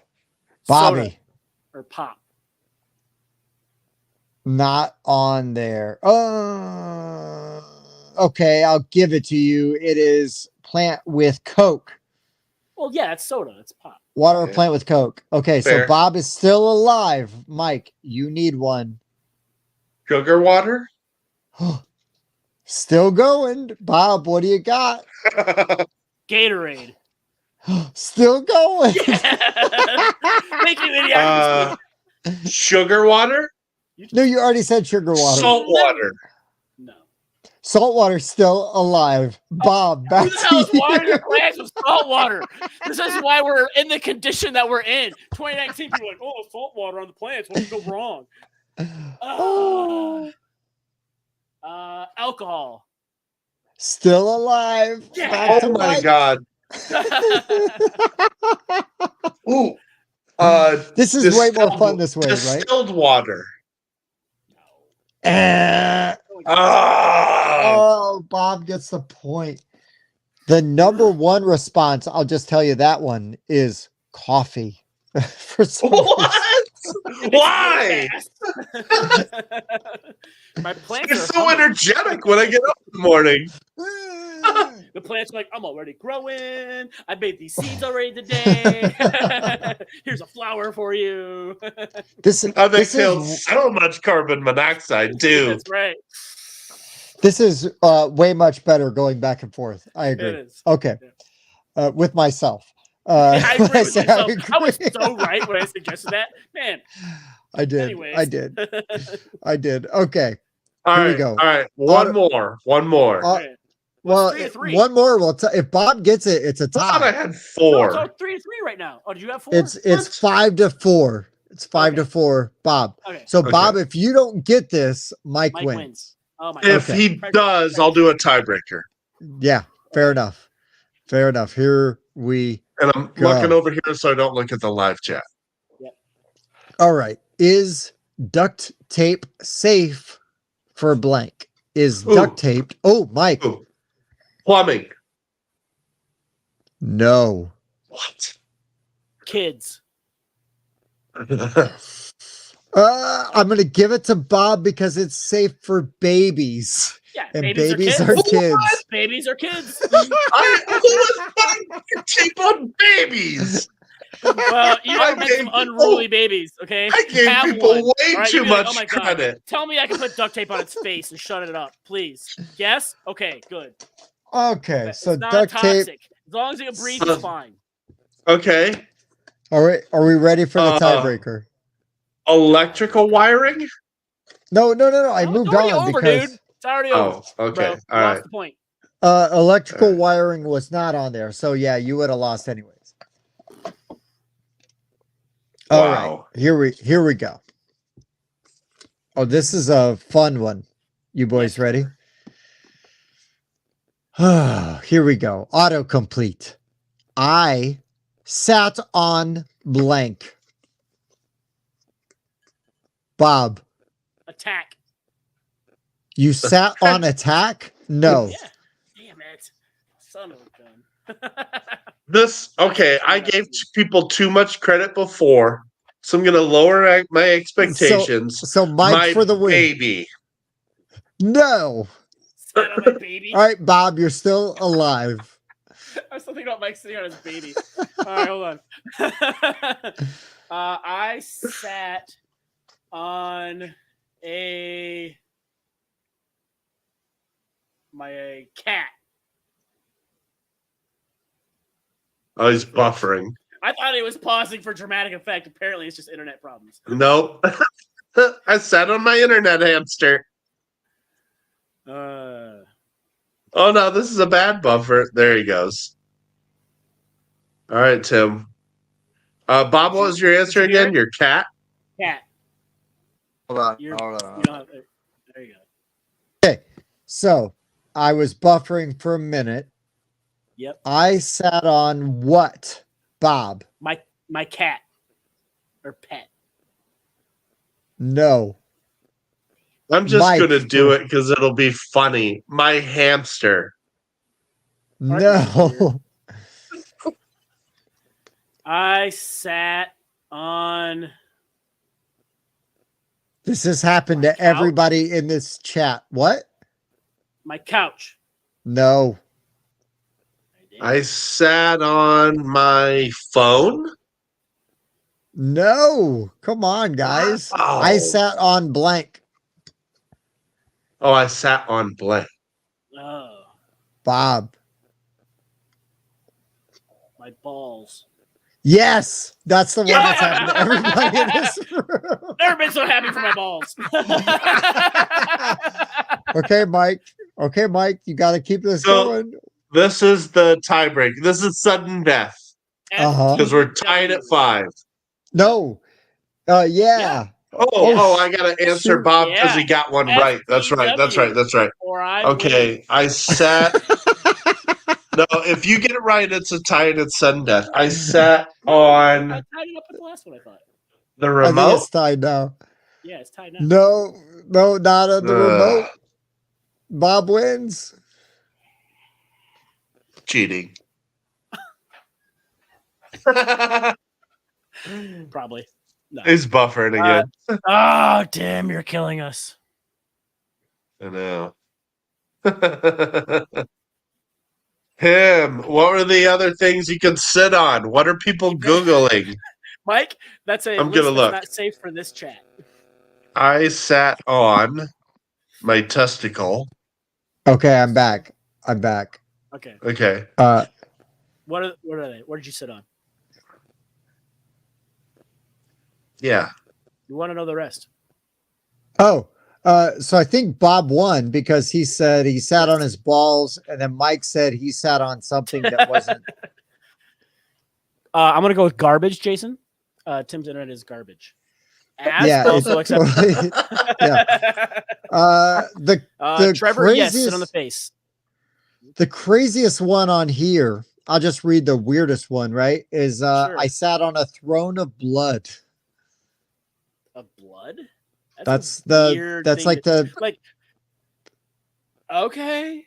that's like Yeah, the seventh right? one down. Okay. Little weird. A lot weird, but N- yeah. n- number one is also weird. I sat on a banana. That seems sexual in nature. It does. It does. All right. I just for my own personal punishment. Let's do one more. All right. Here we go. This is crazy. I didn't get the movie blank. So what movie did you not get? I didn't get the movie blank. Mike. Wally. No. Nope. Not Wally. 2019. Inception. Oh. Nope. No. Mike. Pet Cemetery. No. 2019, dude. That's like a fucking 1900s movie. I didn't. Only one I of didn't these movies is from the 1900s. Is all I'll say. Didn't understand The movie blank. the movie. I just want to look at list of fucking of 2019. It's all right. 2019 movies. Dang. Man, what came out? I didn't get the 2019? movie blank. I'm gonna And no, say Star Trevor. Wars. Trevor, really good guess with, or Nick's, excuse me, really good guess with tickets. Tickets is not the correct answer. And Star Wars is also wrong. Mike, what's a movie you didn't get? I know, you're so smart. You get all the movies. I know. I I get know. all of the movies. How about, I'm trying to think 2019. Let's go Marvel Infinity Wars. Incorrect. What's up, Brandon Houston, who is hanging out? Jason says Legally Blonde. Not an answer on my list. Trevor, Airplane, you picked the wrong day to quit sniffing glue because Airplane is not on this Airplane list. is not on the list. Fantastic. Man, yeah. What movies were out in 2019? That Oh my goodness gracious. Lord. There's some weird movies on here. Not as good as Fear and Loathing in Las Vegas, I'll say that. Yeah, no, man, I've drawn a blank on 2019 movies. Oh, Trevor says he never quits, just so you know. I'll give you one. I'll give you a clue. How's that? Okay. I didn't get the movie Birdman with Michael Keaton. Michael Keaton. Birdman. No, that's literally the name of the movie. Birdman. Somebody They didn't made a get the movie movie about Birdman. Isn't it about, Birdman? like, Birdman's a lawyer where he No, that's not all- Birdman Attorney at Law. It's not that. Okay, that's all I could think of was a Birdman attorney at law. I was like, they made a movie out of that? I wouldn't understand that either, I suppose. Crap. So Trevor's more along the lines. This isn't one of the answers, but Pan's Labyrinth, right? That would be a movie that maybe people didn't get. Sure. Let me give you one other one out of this list. Interstellar. I didn't get the movie Interstellar. That's a Chris Nolan movie that I enjoyed, but I saw at a time that was that the one with Matt Damon on the planet that like the time Yeah. changed? Yeah. Okay. I didn't Yeah. And I Matthew didn't know it was McConaughey. 2019. Yeah. No, it doesn't matter that if it was in 2019 or not. It was Googled in 2019. So it's probably 2018 movie. There's definitely some older movies on here. At least two. One is from the late 90s and one is from the early 2000s. That could have Give me been a clue very about confusing. the late 90s movie. Like name an We don't actor. talk about it. Fight Club. Yeah, there we go. Dang it. The one from the early 2000s would have been Donnie Darko. Okay. Yeah, that Right? was a weird ass movie. Yeah. Contact was not on there, Nix, but that could have been there. Okay, let's try this one. How about this one? How to get rid of your blank. God. Oh, Bob. Bedbugs. No. Are you kidding me? How is that not on It's not- Google? No, it's not that.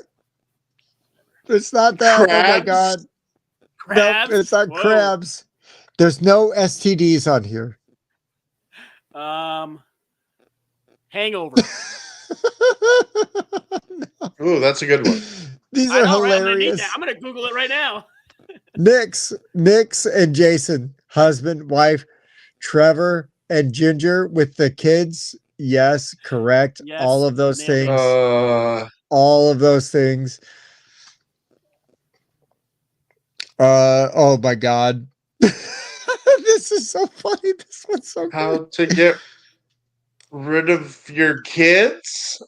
No, we already said that. No, that's not it. That's Oh, not one. How do I- I get rid of my Let me give you a clue. The boss? fourth one down is how to get rid of my fupa. oh my god. You really don't. Oh, Belly. how to Belly. get rid of my What? he said it Belly? first. Your belly?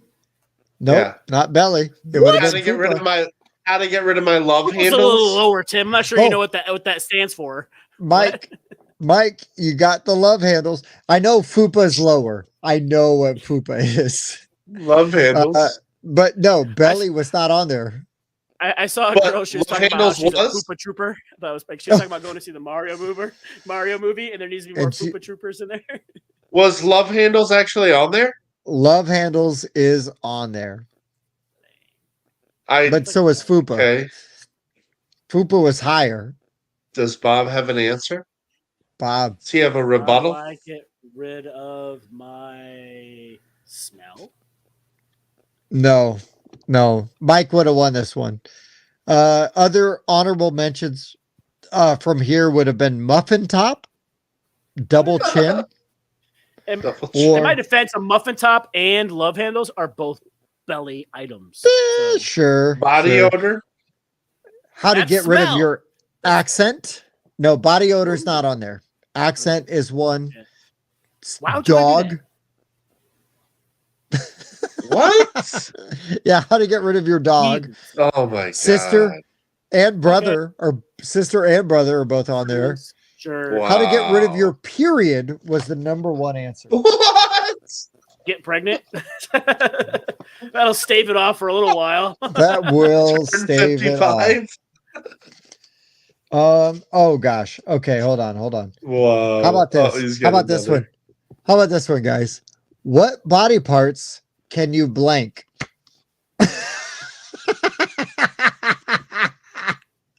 Make bigger? No. I'll say Pierce. No, surprisingly. I would have thought Pierce would have been on there. That was a good one. What body parts? can Wax is not on there. you- wax was a Tattoo? good one. Tattoo is not. Remove? No. Kind of. Oh, okay. I'll Augment? give you remove. Hold on. I'll give you remove because it says what body parts can you live without?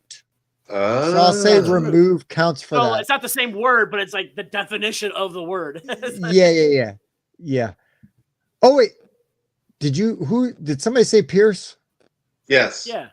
Okay, Pierce is on there. Okay.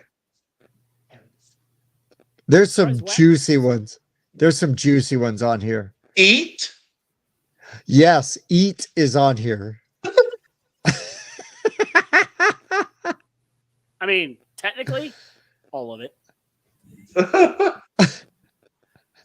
Wow. What body parts can I? Wow. There's sex with? really no, it's not on there.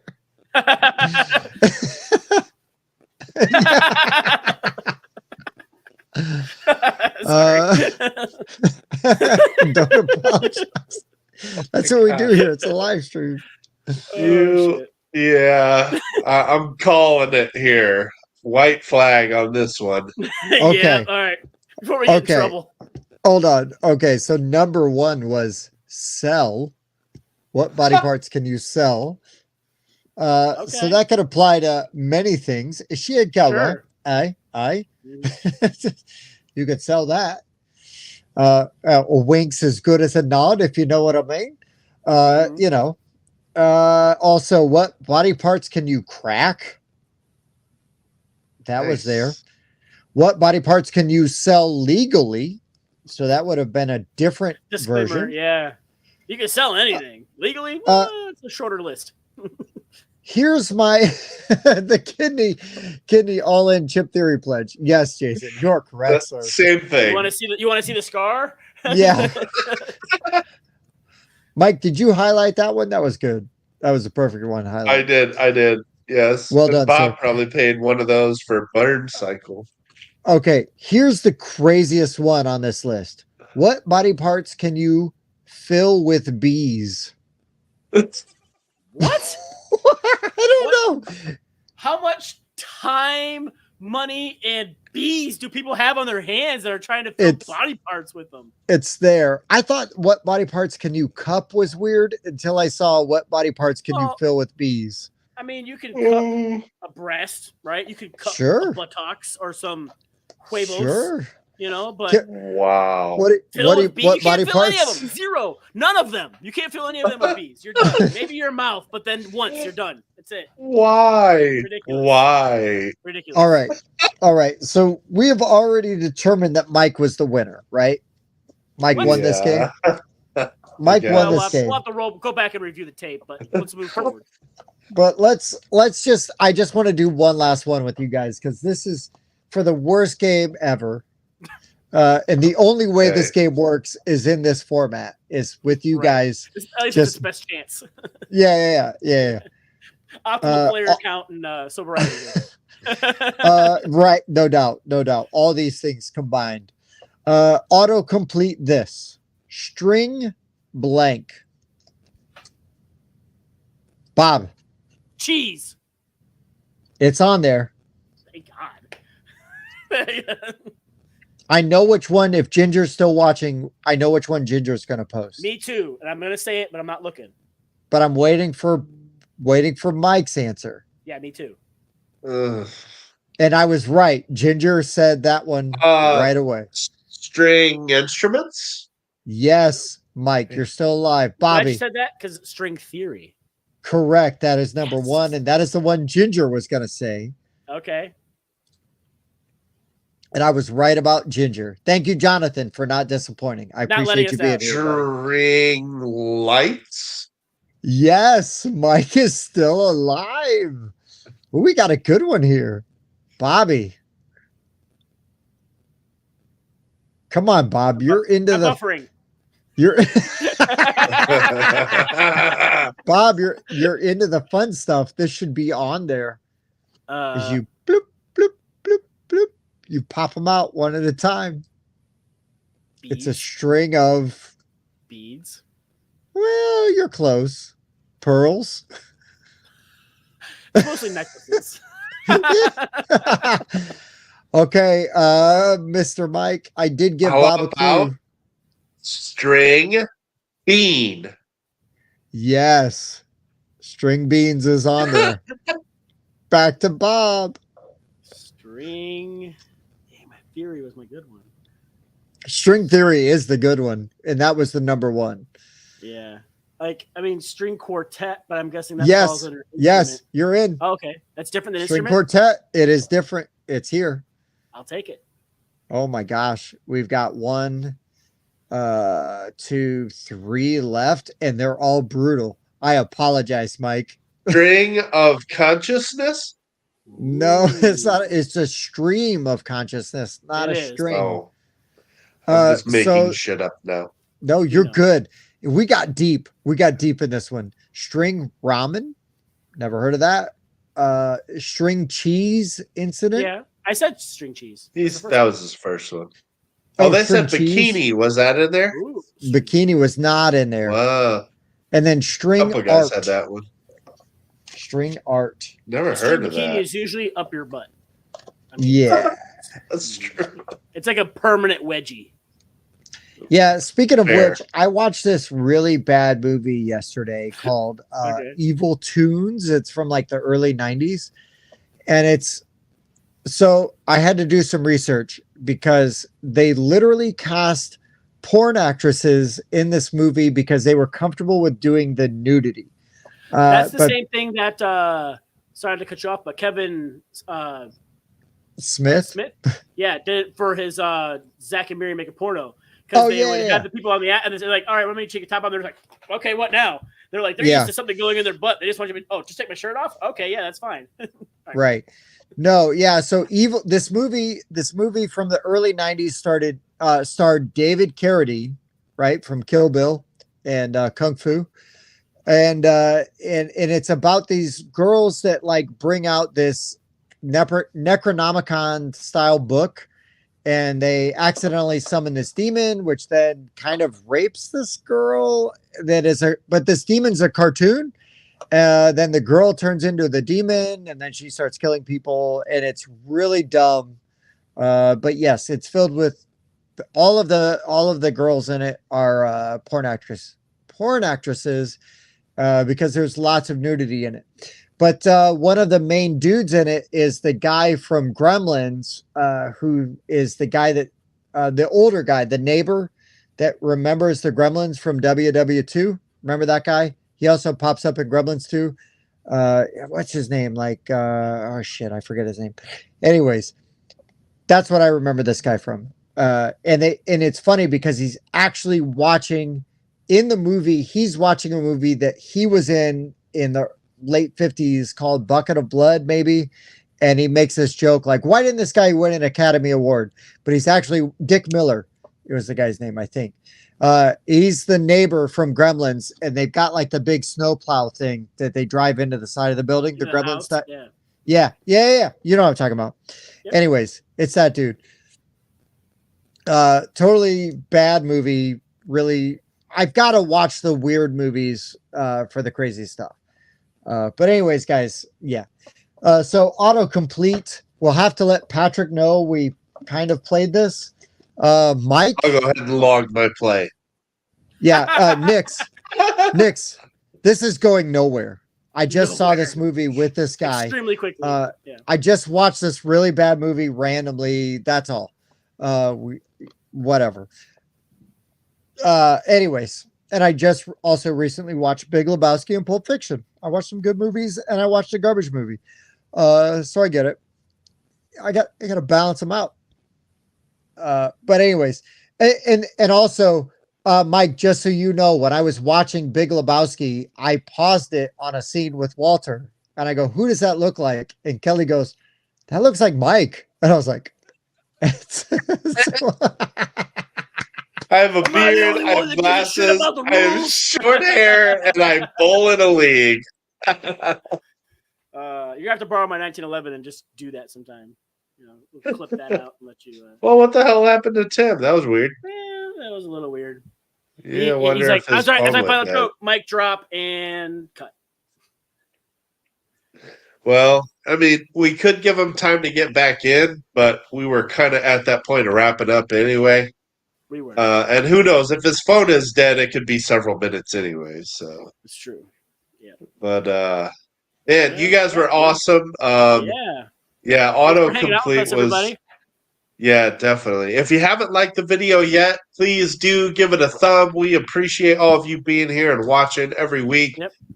There's probably gonna be some more autocomplete in the future. That's funny because like I would never have any desire to play that game, but playing it on the stream's kind of funny. Yeah, that was fun. Yeah.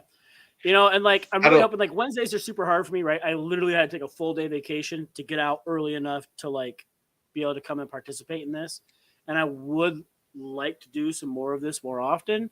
So hopefully maybe Sunday we can start some sort of like a shorter. I mean, this one here we went on for 3 hours. I'm hoping maybe for like an hour where maybe we talk about some Kickstarters and stuff like that because I do miss talking about those. And sometimes, you know, people bring up ones that I haven't seen or heard of. And that's where I get a lot of my newer stuff, obviously, is from Kickstarter. So, like, I'd really like to do some more of that. Some Sunday night Kickstarters with Bob, huh? Yeah, okay. Like, you know, once a month or something maybe because that's about all you really got to do it, right? Because things aren't really that's true. That often. You know, not necessary Sundays every week or something like that. You know, just like for an hour or two, talk about Kickstarters that are active right now. Kickstarter game found crowdfunding that's active right now. Like I would really enjoy to talk about those again. Sure, that'd be good. And of course, we are, as you said earlier, we're kind of working up to getting more live plays filmed too. Yeah, so that too. That'll be fun. Yep. Like from our homes and not just from the studio. Right. My phone straight up died, boys. Sorry. I figured. Yeah. I didn't even get to notice this time. So my audio is really bad right now comparatively because I've got the phone plugged into the charger. So right. Instead of the mic. Yeah, That's yeah. all right. And We You were got to get saying it it set up was like I got, Tim. probably My about phone is plugged into a charger right now, so it'll never die. I could stream forever. Yeah, forever. But Bob, you sound good, man. Thanks. Yeah, that's I got a mic kind of like we have at the studio. nice. Yeah, it's fancy, but it's nice. It just plugs right into my computer, USB to a USB-C. I also have a 3.5 jack for it, so if I have to use just my phone, I can still use the same mic. Nice. So, Yeah, sounds Yeah. really good. Did you get that from Matt? I got it from Amazon. Nice. Yeah, I just ordered one. It's like $80. Wow. It's expensive, That's but not like, bad at all. yeah, like I watch you guys every Wednesday, and like I don't want to deal with any of the problems. I know I'm not going to be able to be on very often, so I wanted like what I do to be at least like good quality. So I splurged on a mic. I figured out how to use my phone for the camera, and I've had the ring light for a little while now. Yeah. So yeah, that's just what I'm doing. No, you nailed it, Bob. It looks great. Sounds Looks great. good. You did a good For job. man. sure. Thank you. Worth it then. Yeah. Definitely. No. Guys, let me just say, what a fantastic show tonight. Tons of That was fun. fun. Yep. Um, Like I said, I wish I could do it more often. I know, Bob. It's so nice to actually have you here IRL versus Right. just the comments. Mm-hmm. But I know I will just speak for Mike. Like, I appreciate it when you do pop in on the comments because, I mean, it's what Mike and I say this all the time. It's what fuels the show, right? Is the comments and the Yep. interaction we get with everybody. It was just you, it'd be an hour and a half done. But with the comments, it helps to oh my gosh, You know, dude. It does. talk about things, and it brings up perspectives that a lot of times we don't see, which is one of the great things. So you guys make some great comments in those comment sections, and we're like, "Oh my gosh, how did we not think of that?" Or like, "Oh my Yeah. god, that's hilarious," and that's fantastic. I like Yeah, that you can I'm interact. here for And it. yeah, like Mike's got me set up. Like I have the admin login, so it's like I have all your comments on the side right here, and I can just click to highlight. Like it's fantastic. It's super easy. It's convenient, and it's a great way to interact. Yeah, it's the best. It's the most fun thing about doing the show. Now, don't get me wrong. Like, I will hang out with Mike in a heartbeat. Bobby, I'll hang out with you like every chance I He get. lies. But well, I mean, I don't have a ton of chances. But every chance I get, I'm gonna hang out with you guys. So you know, Wednesdays are so good for that. But like, it's even better. Like, I'll do it solo just for the chat, right? Just for everybody that comes on and comments. Makes it so much better. Thank you, Nix. Yeah. No, all you guys, you know, and even the guys we know that are in here, right? Jonathan, it's awesome having you in here, buddy, and having you comment and talk to us. I love it. I appreciate Appreciate it. Mhm. Jason, dude, Yeah, brings the great comments. fireball all the time. Yep. And I missed some of our regulars. We haven't seen Hop in a minute, right? Hop used to Right. come in. Yeah. I keep the thumbs down. It's cool. Yeah. Wait, never mind. I get it. But yeah, for anybody that's still watching, before we wrap up, please interact with the videos. Give them a thumbs up, give them a thumbs down. You know, we got a ton of stuff going on that's not live chat. We do have a Patreon. If you decide to join that, great. If you can't, that's also fine because interacting with us on the chat, commenting on our videos is really beneficial to us. And It does a lot appeases for the us. algorithm. It does. It does. And if you like this conversation, hit us up on the Discord. We're all active over there. Even Bob comments on the Discord. Sometimes, not as much yeah. as Mike and Tim, but like my job, I get oily and dirty, so I don't get to get on as much. Right. And we will have a booth at Origins and Gen Con. Come see us. For Come real. get on YouTube. We will be filming throughout the whole event. It's going And to be awesome. the thing about Origins really is it's like our test run for Gen Con. We're trying out all these things at Origins. We're going to try to run like a See what live works. poll. We're going to try to run a live poll every day at Origins, right? And we're going to try to keep track of that. We're going to be playing games in our booth. We're going to be hanging out with designers and just other people that we like and demoing their games and trying to show off their games. We're going to be playing games we like. We want to play games with you at Origins, whether it's after hours. I know Paul said he's got Friday night free, so we're going to try to make that happen. We're going to hang out with Sam Stockton. Yeah. We're running games already set bet. We're going to be running games of Forges of Ravenshire. We're going to have TJ Swing running games of Hike It. That's all on the docket so far. Yeah. Thursday, we're Friday, and also- Saturday, I'll be teaching Forges of Ravenshire. So if you guys are interested in learning that, sign up. I'd love to teach it. It's a great game. But yeah, that's available. So And we're also going to have a copy of Mission Control at the booth. We're going to be playing Mission Control all weekend. And Mike, did you already say this? Mike and I want to run. We want to just be the host of you playing Ready, Set, Bet with us. Mike and I are so excited to just run these crazy madcap games. Yes. We're going to have games to give away at the booth. I'm not going to say what because I don't know what they are yet. Yeah. I've got some booby prize games, like games you might not be excited to win. But I think we're actually going to have some legit, very cool games there too to give away at the booth. And we just want you to come by and hang out with us and say, hey, that's it. And all of you guys that, that visit us and talk to us, Are we via the chat. demoing autocomplete? Yeah, autocomplete. I can't give away autocomplete. I need it for all my post top 5 giveaway or top 5s like guest games competitions. Thank you, Bob. Bob was like encouraging me. I'm looking at Bob. You Bob, can like, say it. Come I know on. I can say it. Come on now. Spit it out now. I can get through it. But no, yeah, we're not giving away autocomplete anytime soon. But you know what I might do is see if I can't get everybody to sign like the box lid of autocomplete, and maybe next year at Gen Con or Origins we'll give it away to somebody. Something like But yeah, we just want to hang out with you guys. We want to do stuff with you, and we want to give thanks to you guys for hanging out with us and be a part of this channel because it makes it so worthwhile. But anyways, that's all I got. I'm also Bobby. Thank you so much for being here tonight, man. It's work the Definitely. vacation day. it's so. Listen, Mike and I would have ran with the show. We would have had a great time, but it just got like even better having you here tonight. So Thank you. I'm Yeah. glad I can make it. Yeah. me too. It was fun. Because Mike and I were like, no host, no extra guests, No guest. whatever. Yeah. Great, we'll be good. Right. But then when you're like, oh, I'll be there, bet, let's do it. Let's make it happen. Let's rock and roll. Oh, yeah.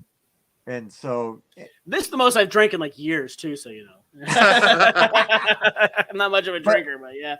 but not the highest you've been in years. No. Give it time. The night is young. But no, you guys are awesome. Thank you so much for being here. Mike, hey man, thank you for putting in the effort, making sure this thing happens.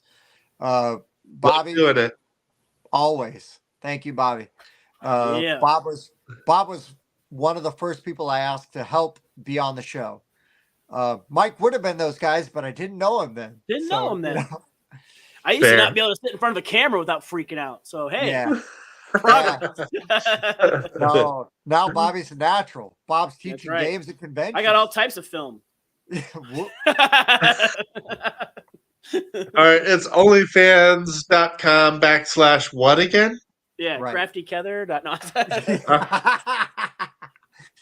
No. No, you guys are awesome. You guys, it doesn't matter what kind of week I'm having, what kind of day I'm having. I'm so excited to be here and hang out with all of you, with Mike, with Bob, and anybody else that jumps in the Whoever else, comment. Yeah, for sure. I live for those zingers that Jason throws at us nonstop. Right? Like taking your autocomplete and turning it into a solid $1.50 for all the signatures on there. Yeah. That's it. Let's make the game less valuable. That's By right. mark- This game that by was $10 pissing in the could be box. yours. $1.50. $1.50. That's our swag we're Good giving away. stuff. Just autocomplete. Yeah. Good stuff. I'm But yeah, surprised man. that the Great Wall behind you didn't make it on your list there, Tim. Ooh. Oh, it had to be games I would like to play. I got to try it at 3. I've been offered trades Yes, for this with game, black and I've powder. held on to it because I've heard I need to play it at 3 players, and I'm fine with With that. black powder. Sure. If it needs to be a 3-player game with black powder, that's fine, because there are games. There's some games that are great, like under very certain specific counts and certain things. Right. Yes. Fair. Yeah. Yeah, but they played a certain true. player kind of like, oh, this game sucks. Yeah. Yeah. It was ridiculously long. For example, Ankh was not great at 3 players, or at least not the scenario we played. Oh, I was saying we played 3 players, and I played at 5, and then I played at 3, and I had way more fun at 3 than I did at 5. Oh, then it wasn't the scenario we played. We just played base, and we added pharaohs, but we didn't add a scenario though. Yes. No. Mike and I gosh. played a scenario at 3 players that was really tough, and it was my least favorite version of Ankh. Sure. I still liked it, but it was like, where you were losing points as you were gaining points. We just kind of decided if we were going to add pharaohs, we already had enough to learn to do that, so we weren't going to add any. I wasn't going to add anything else for the scenario. Yeah. Yeah, I can't wait to play pharaohs. I've already talked to Pete. Mike, just so you know, I'm bringing my version of Ankh to Origins. We're playing it. Yeah, it's prettier. Oh, snap. Yeah, now that Pete's had his hands on it, it's prettier. Yeah, he's painted at least one of those minis. I won't play anybody else's Zombicide. If I'm gonna play Zombicide, it's gonna be the one that Pete painted. Yeah, because it's freaking great looking. Yeah. He's amazing. Yeah, I wish he had more free time. Yeah, I need to tell Pete, like, tune into 3 hours and 15 minutes into our live stream, and that's right. That's all you need to watch. Yep. Yeah. Nice. But yeah, I'm really tempted to bring my Cthulhu Wars. You know, like just the base game, and like maybe a few of the extra factions, and just to play like a 4-player game. And I only would bring the extra factions just to give some people some variety. Like, oh, which one do you want to play? Maybe I play one that I'm not as good at, right? And because Sam talked about that, and it's really tempting. Because I would say he really wanted to play Abomination, and so like I just played Abomination again 2 days ago, and like Levi really enjoyed it. I was trying to print off the Prometheus like jumpstart like expansion that he's got. Yeah, like, on did BGG. you do the Igor expansion? My printer is being stupid. It won't feed paper, so I couldn't print it off. Okay. So if like somebody else could print it off for me, I'd love to bring it and give it a shot. So yeah, there's some games like that, man, that I would love to play. I'm really looking forward to playing Blood on the Clock Tower with some of the guys. Yeah, we need to. We really need to get it. We really need to get a group together for that. That would be nuts.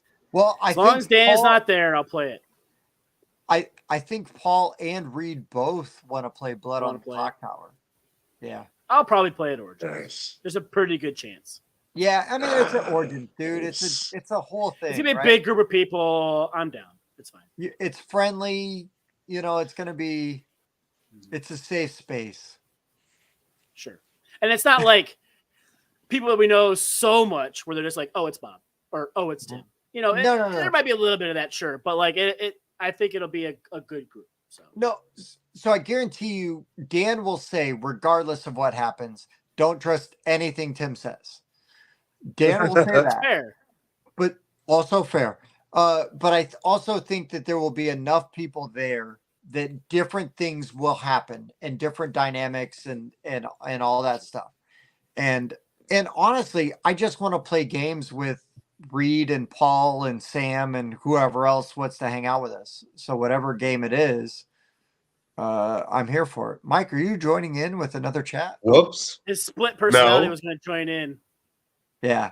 Yes. Mike and yes. Mm-hmm. Correct. Mm-hmm.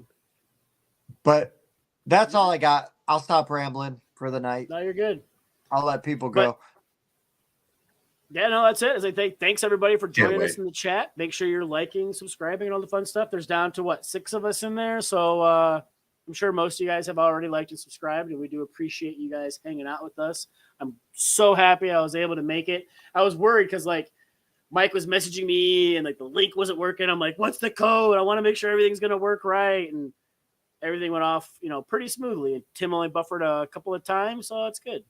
Yeah. You know, it's weird. It's like after 9 o'clock, I'm usually pretty good.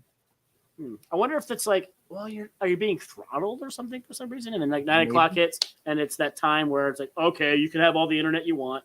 Yeah, like resets or something. I don't know. Yeah, I don't know. Because they say, oh, during peak times you may be throttled, right? And so maybe pre 9 o'clock is their peak time. Mhm. So after 9 o'clock, they open up the bandwidth for people to do what they will. Maybe you guys should just switch to 9. I don't know. Right? Then we'll be up way too late. Oh God! I mean, I'd still watch. Uh-huh. Better than working. Bob don't care. Long hair don't care. But no, you guys freaking rock. I love you. Thank you so much for being here. Mike and Bobby. Awesome time as usual. Great list. Great conversation. Good times. Thank you for enduring autocomplete. We'll have to let Patrick know that has become our post-show ritual. Log to play. Jokes on him. It was fun. It was. It's probably best in this format. Just going to be honest. Sure. We're going to be demoing it in Origins. We're not actually playing by the actual rules. I didn't even really read the rules. So a normal teach from Tim. Yeah, true. These sound good. It makes sense that this happens. Every game works the way I think it should. So that's why it's the best game I've ever played. 10. That's right. 10. Nice. So, all right, Mike, you got anything else? No. Ready to call it a night. It was a blast, though. Yeah, you guys fucking rock. Pardon my French. Let it slip. Let it slip at the end. Yeah, y'all are the best. Thank you so much for being here. For the board game rundown, I've been Tim. I've been Bob. Mike. See you next time.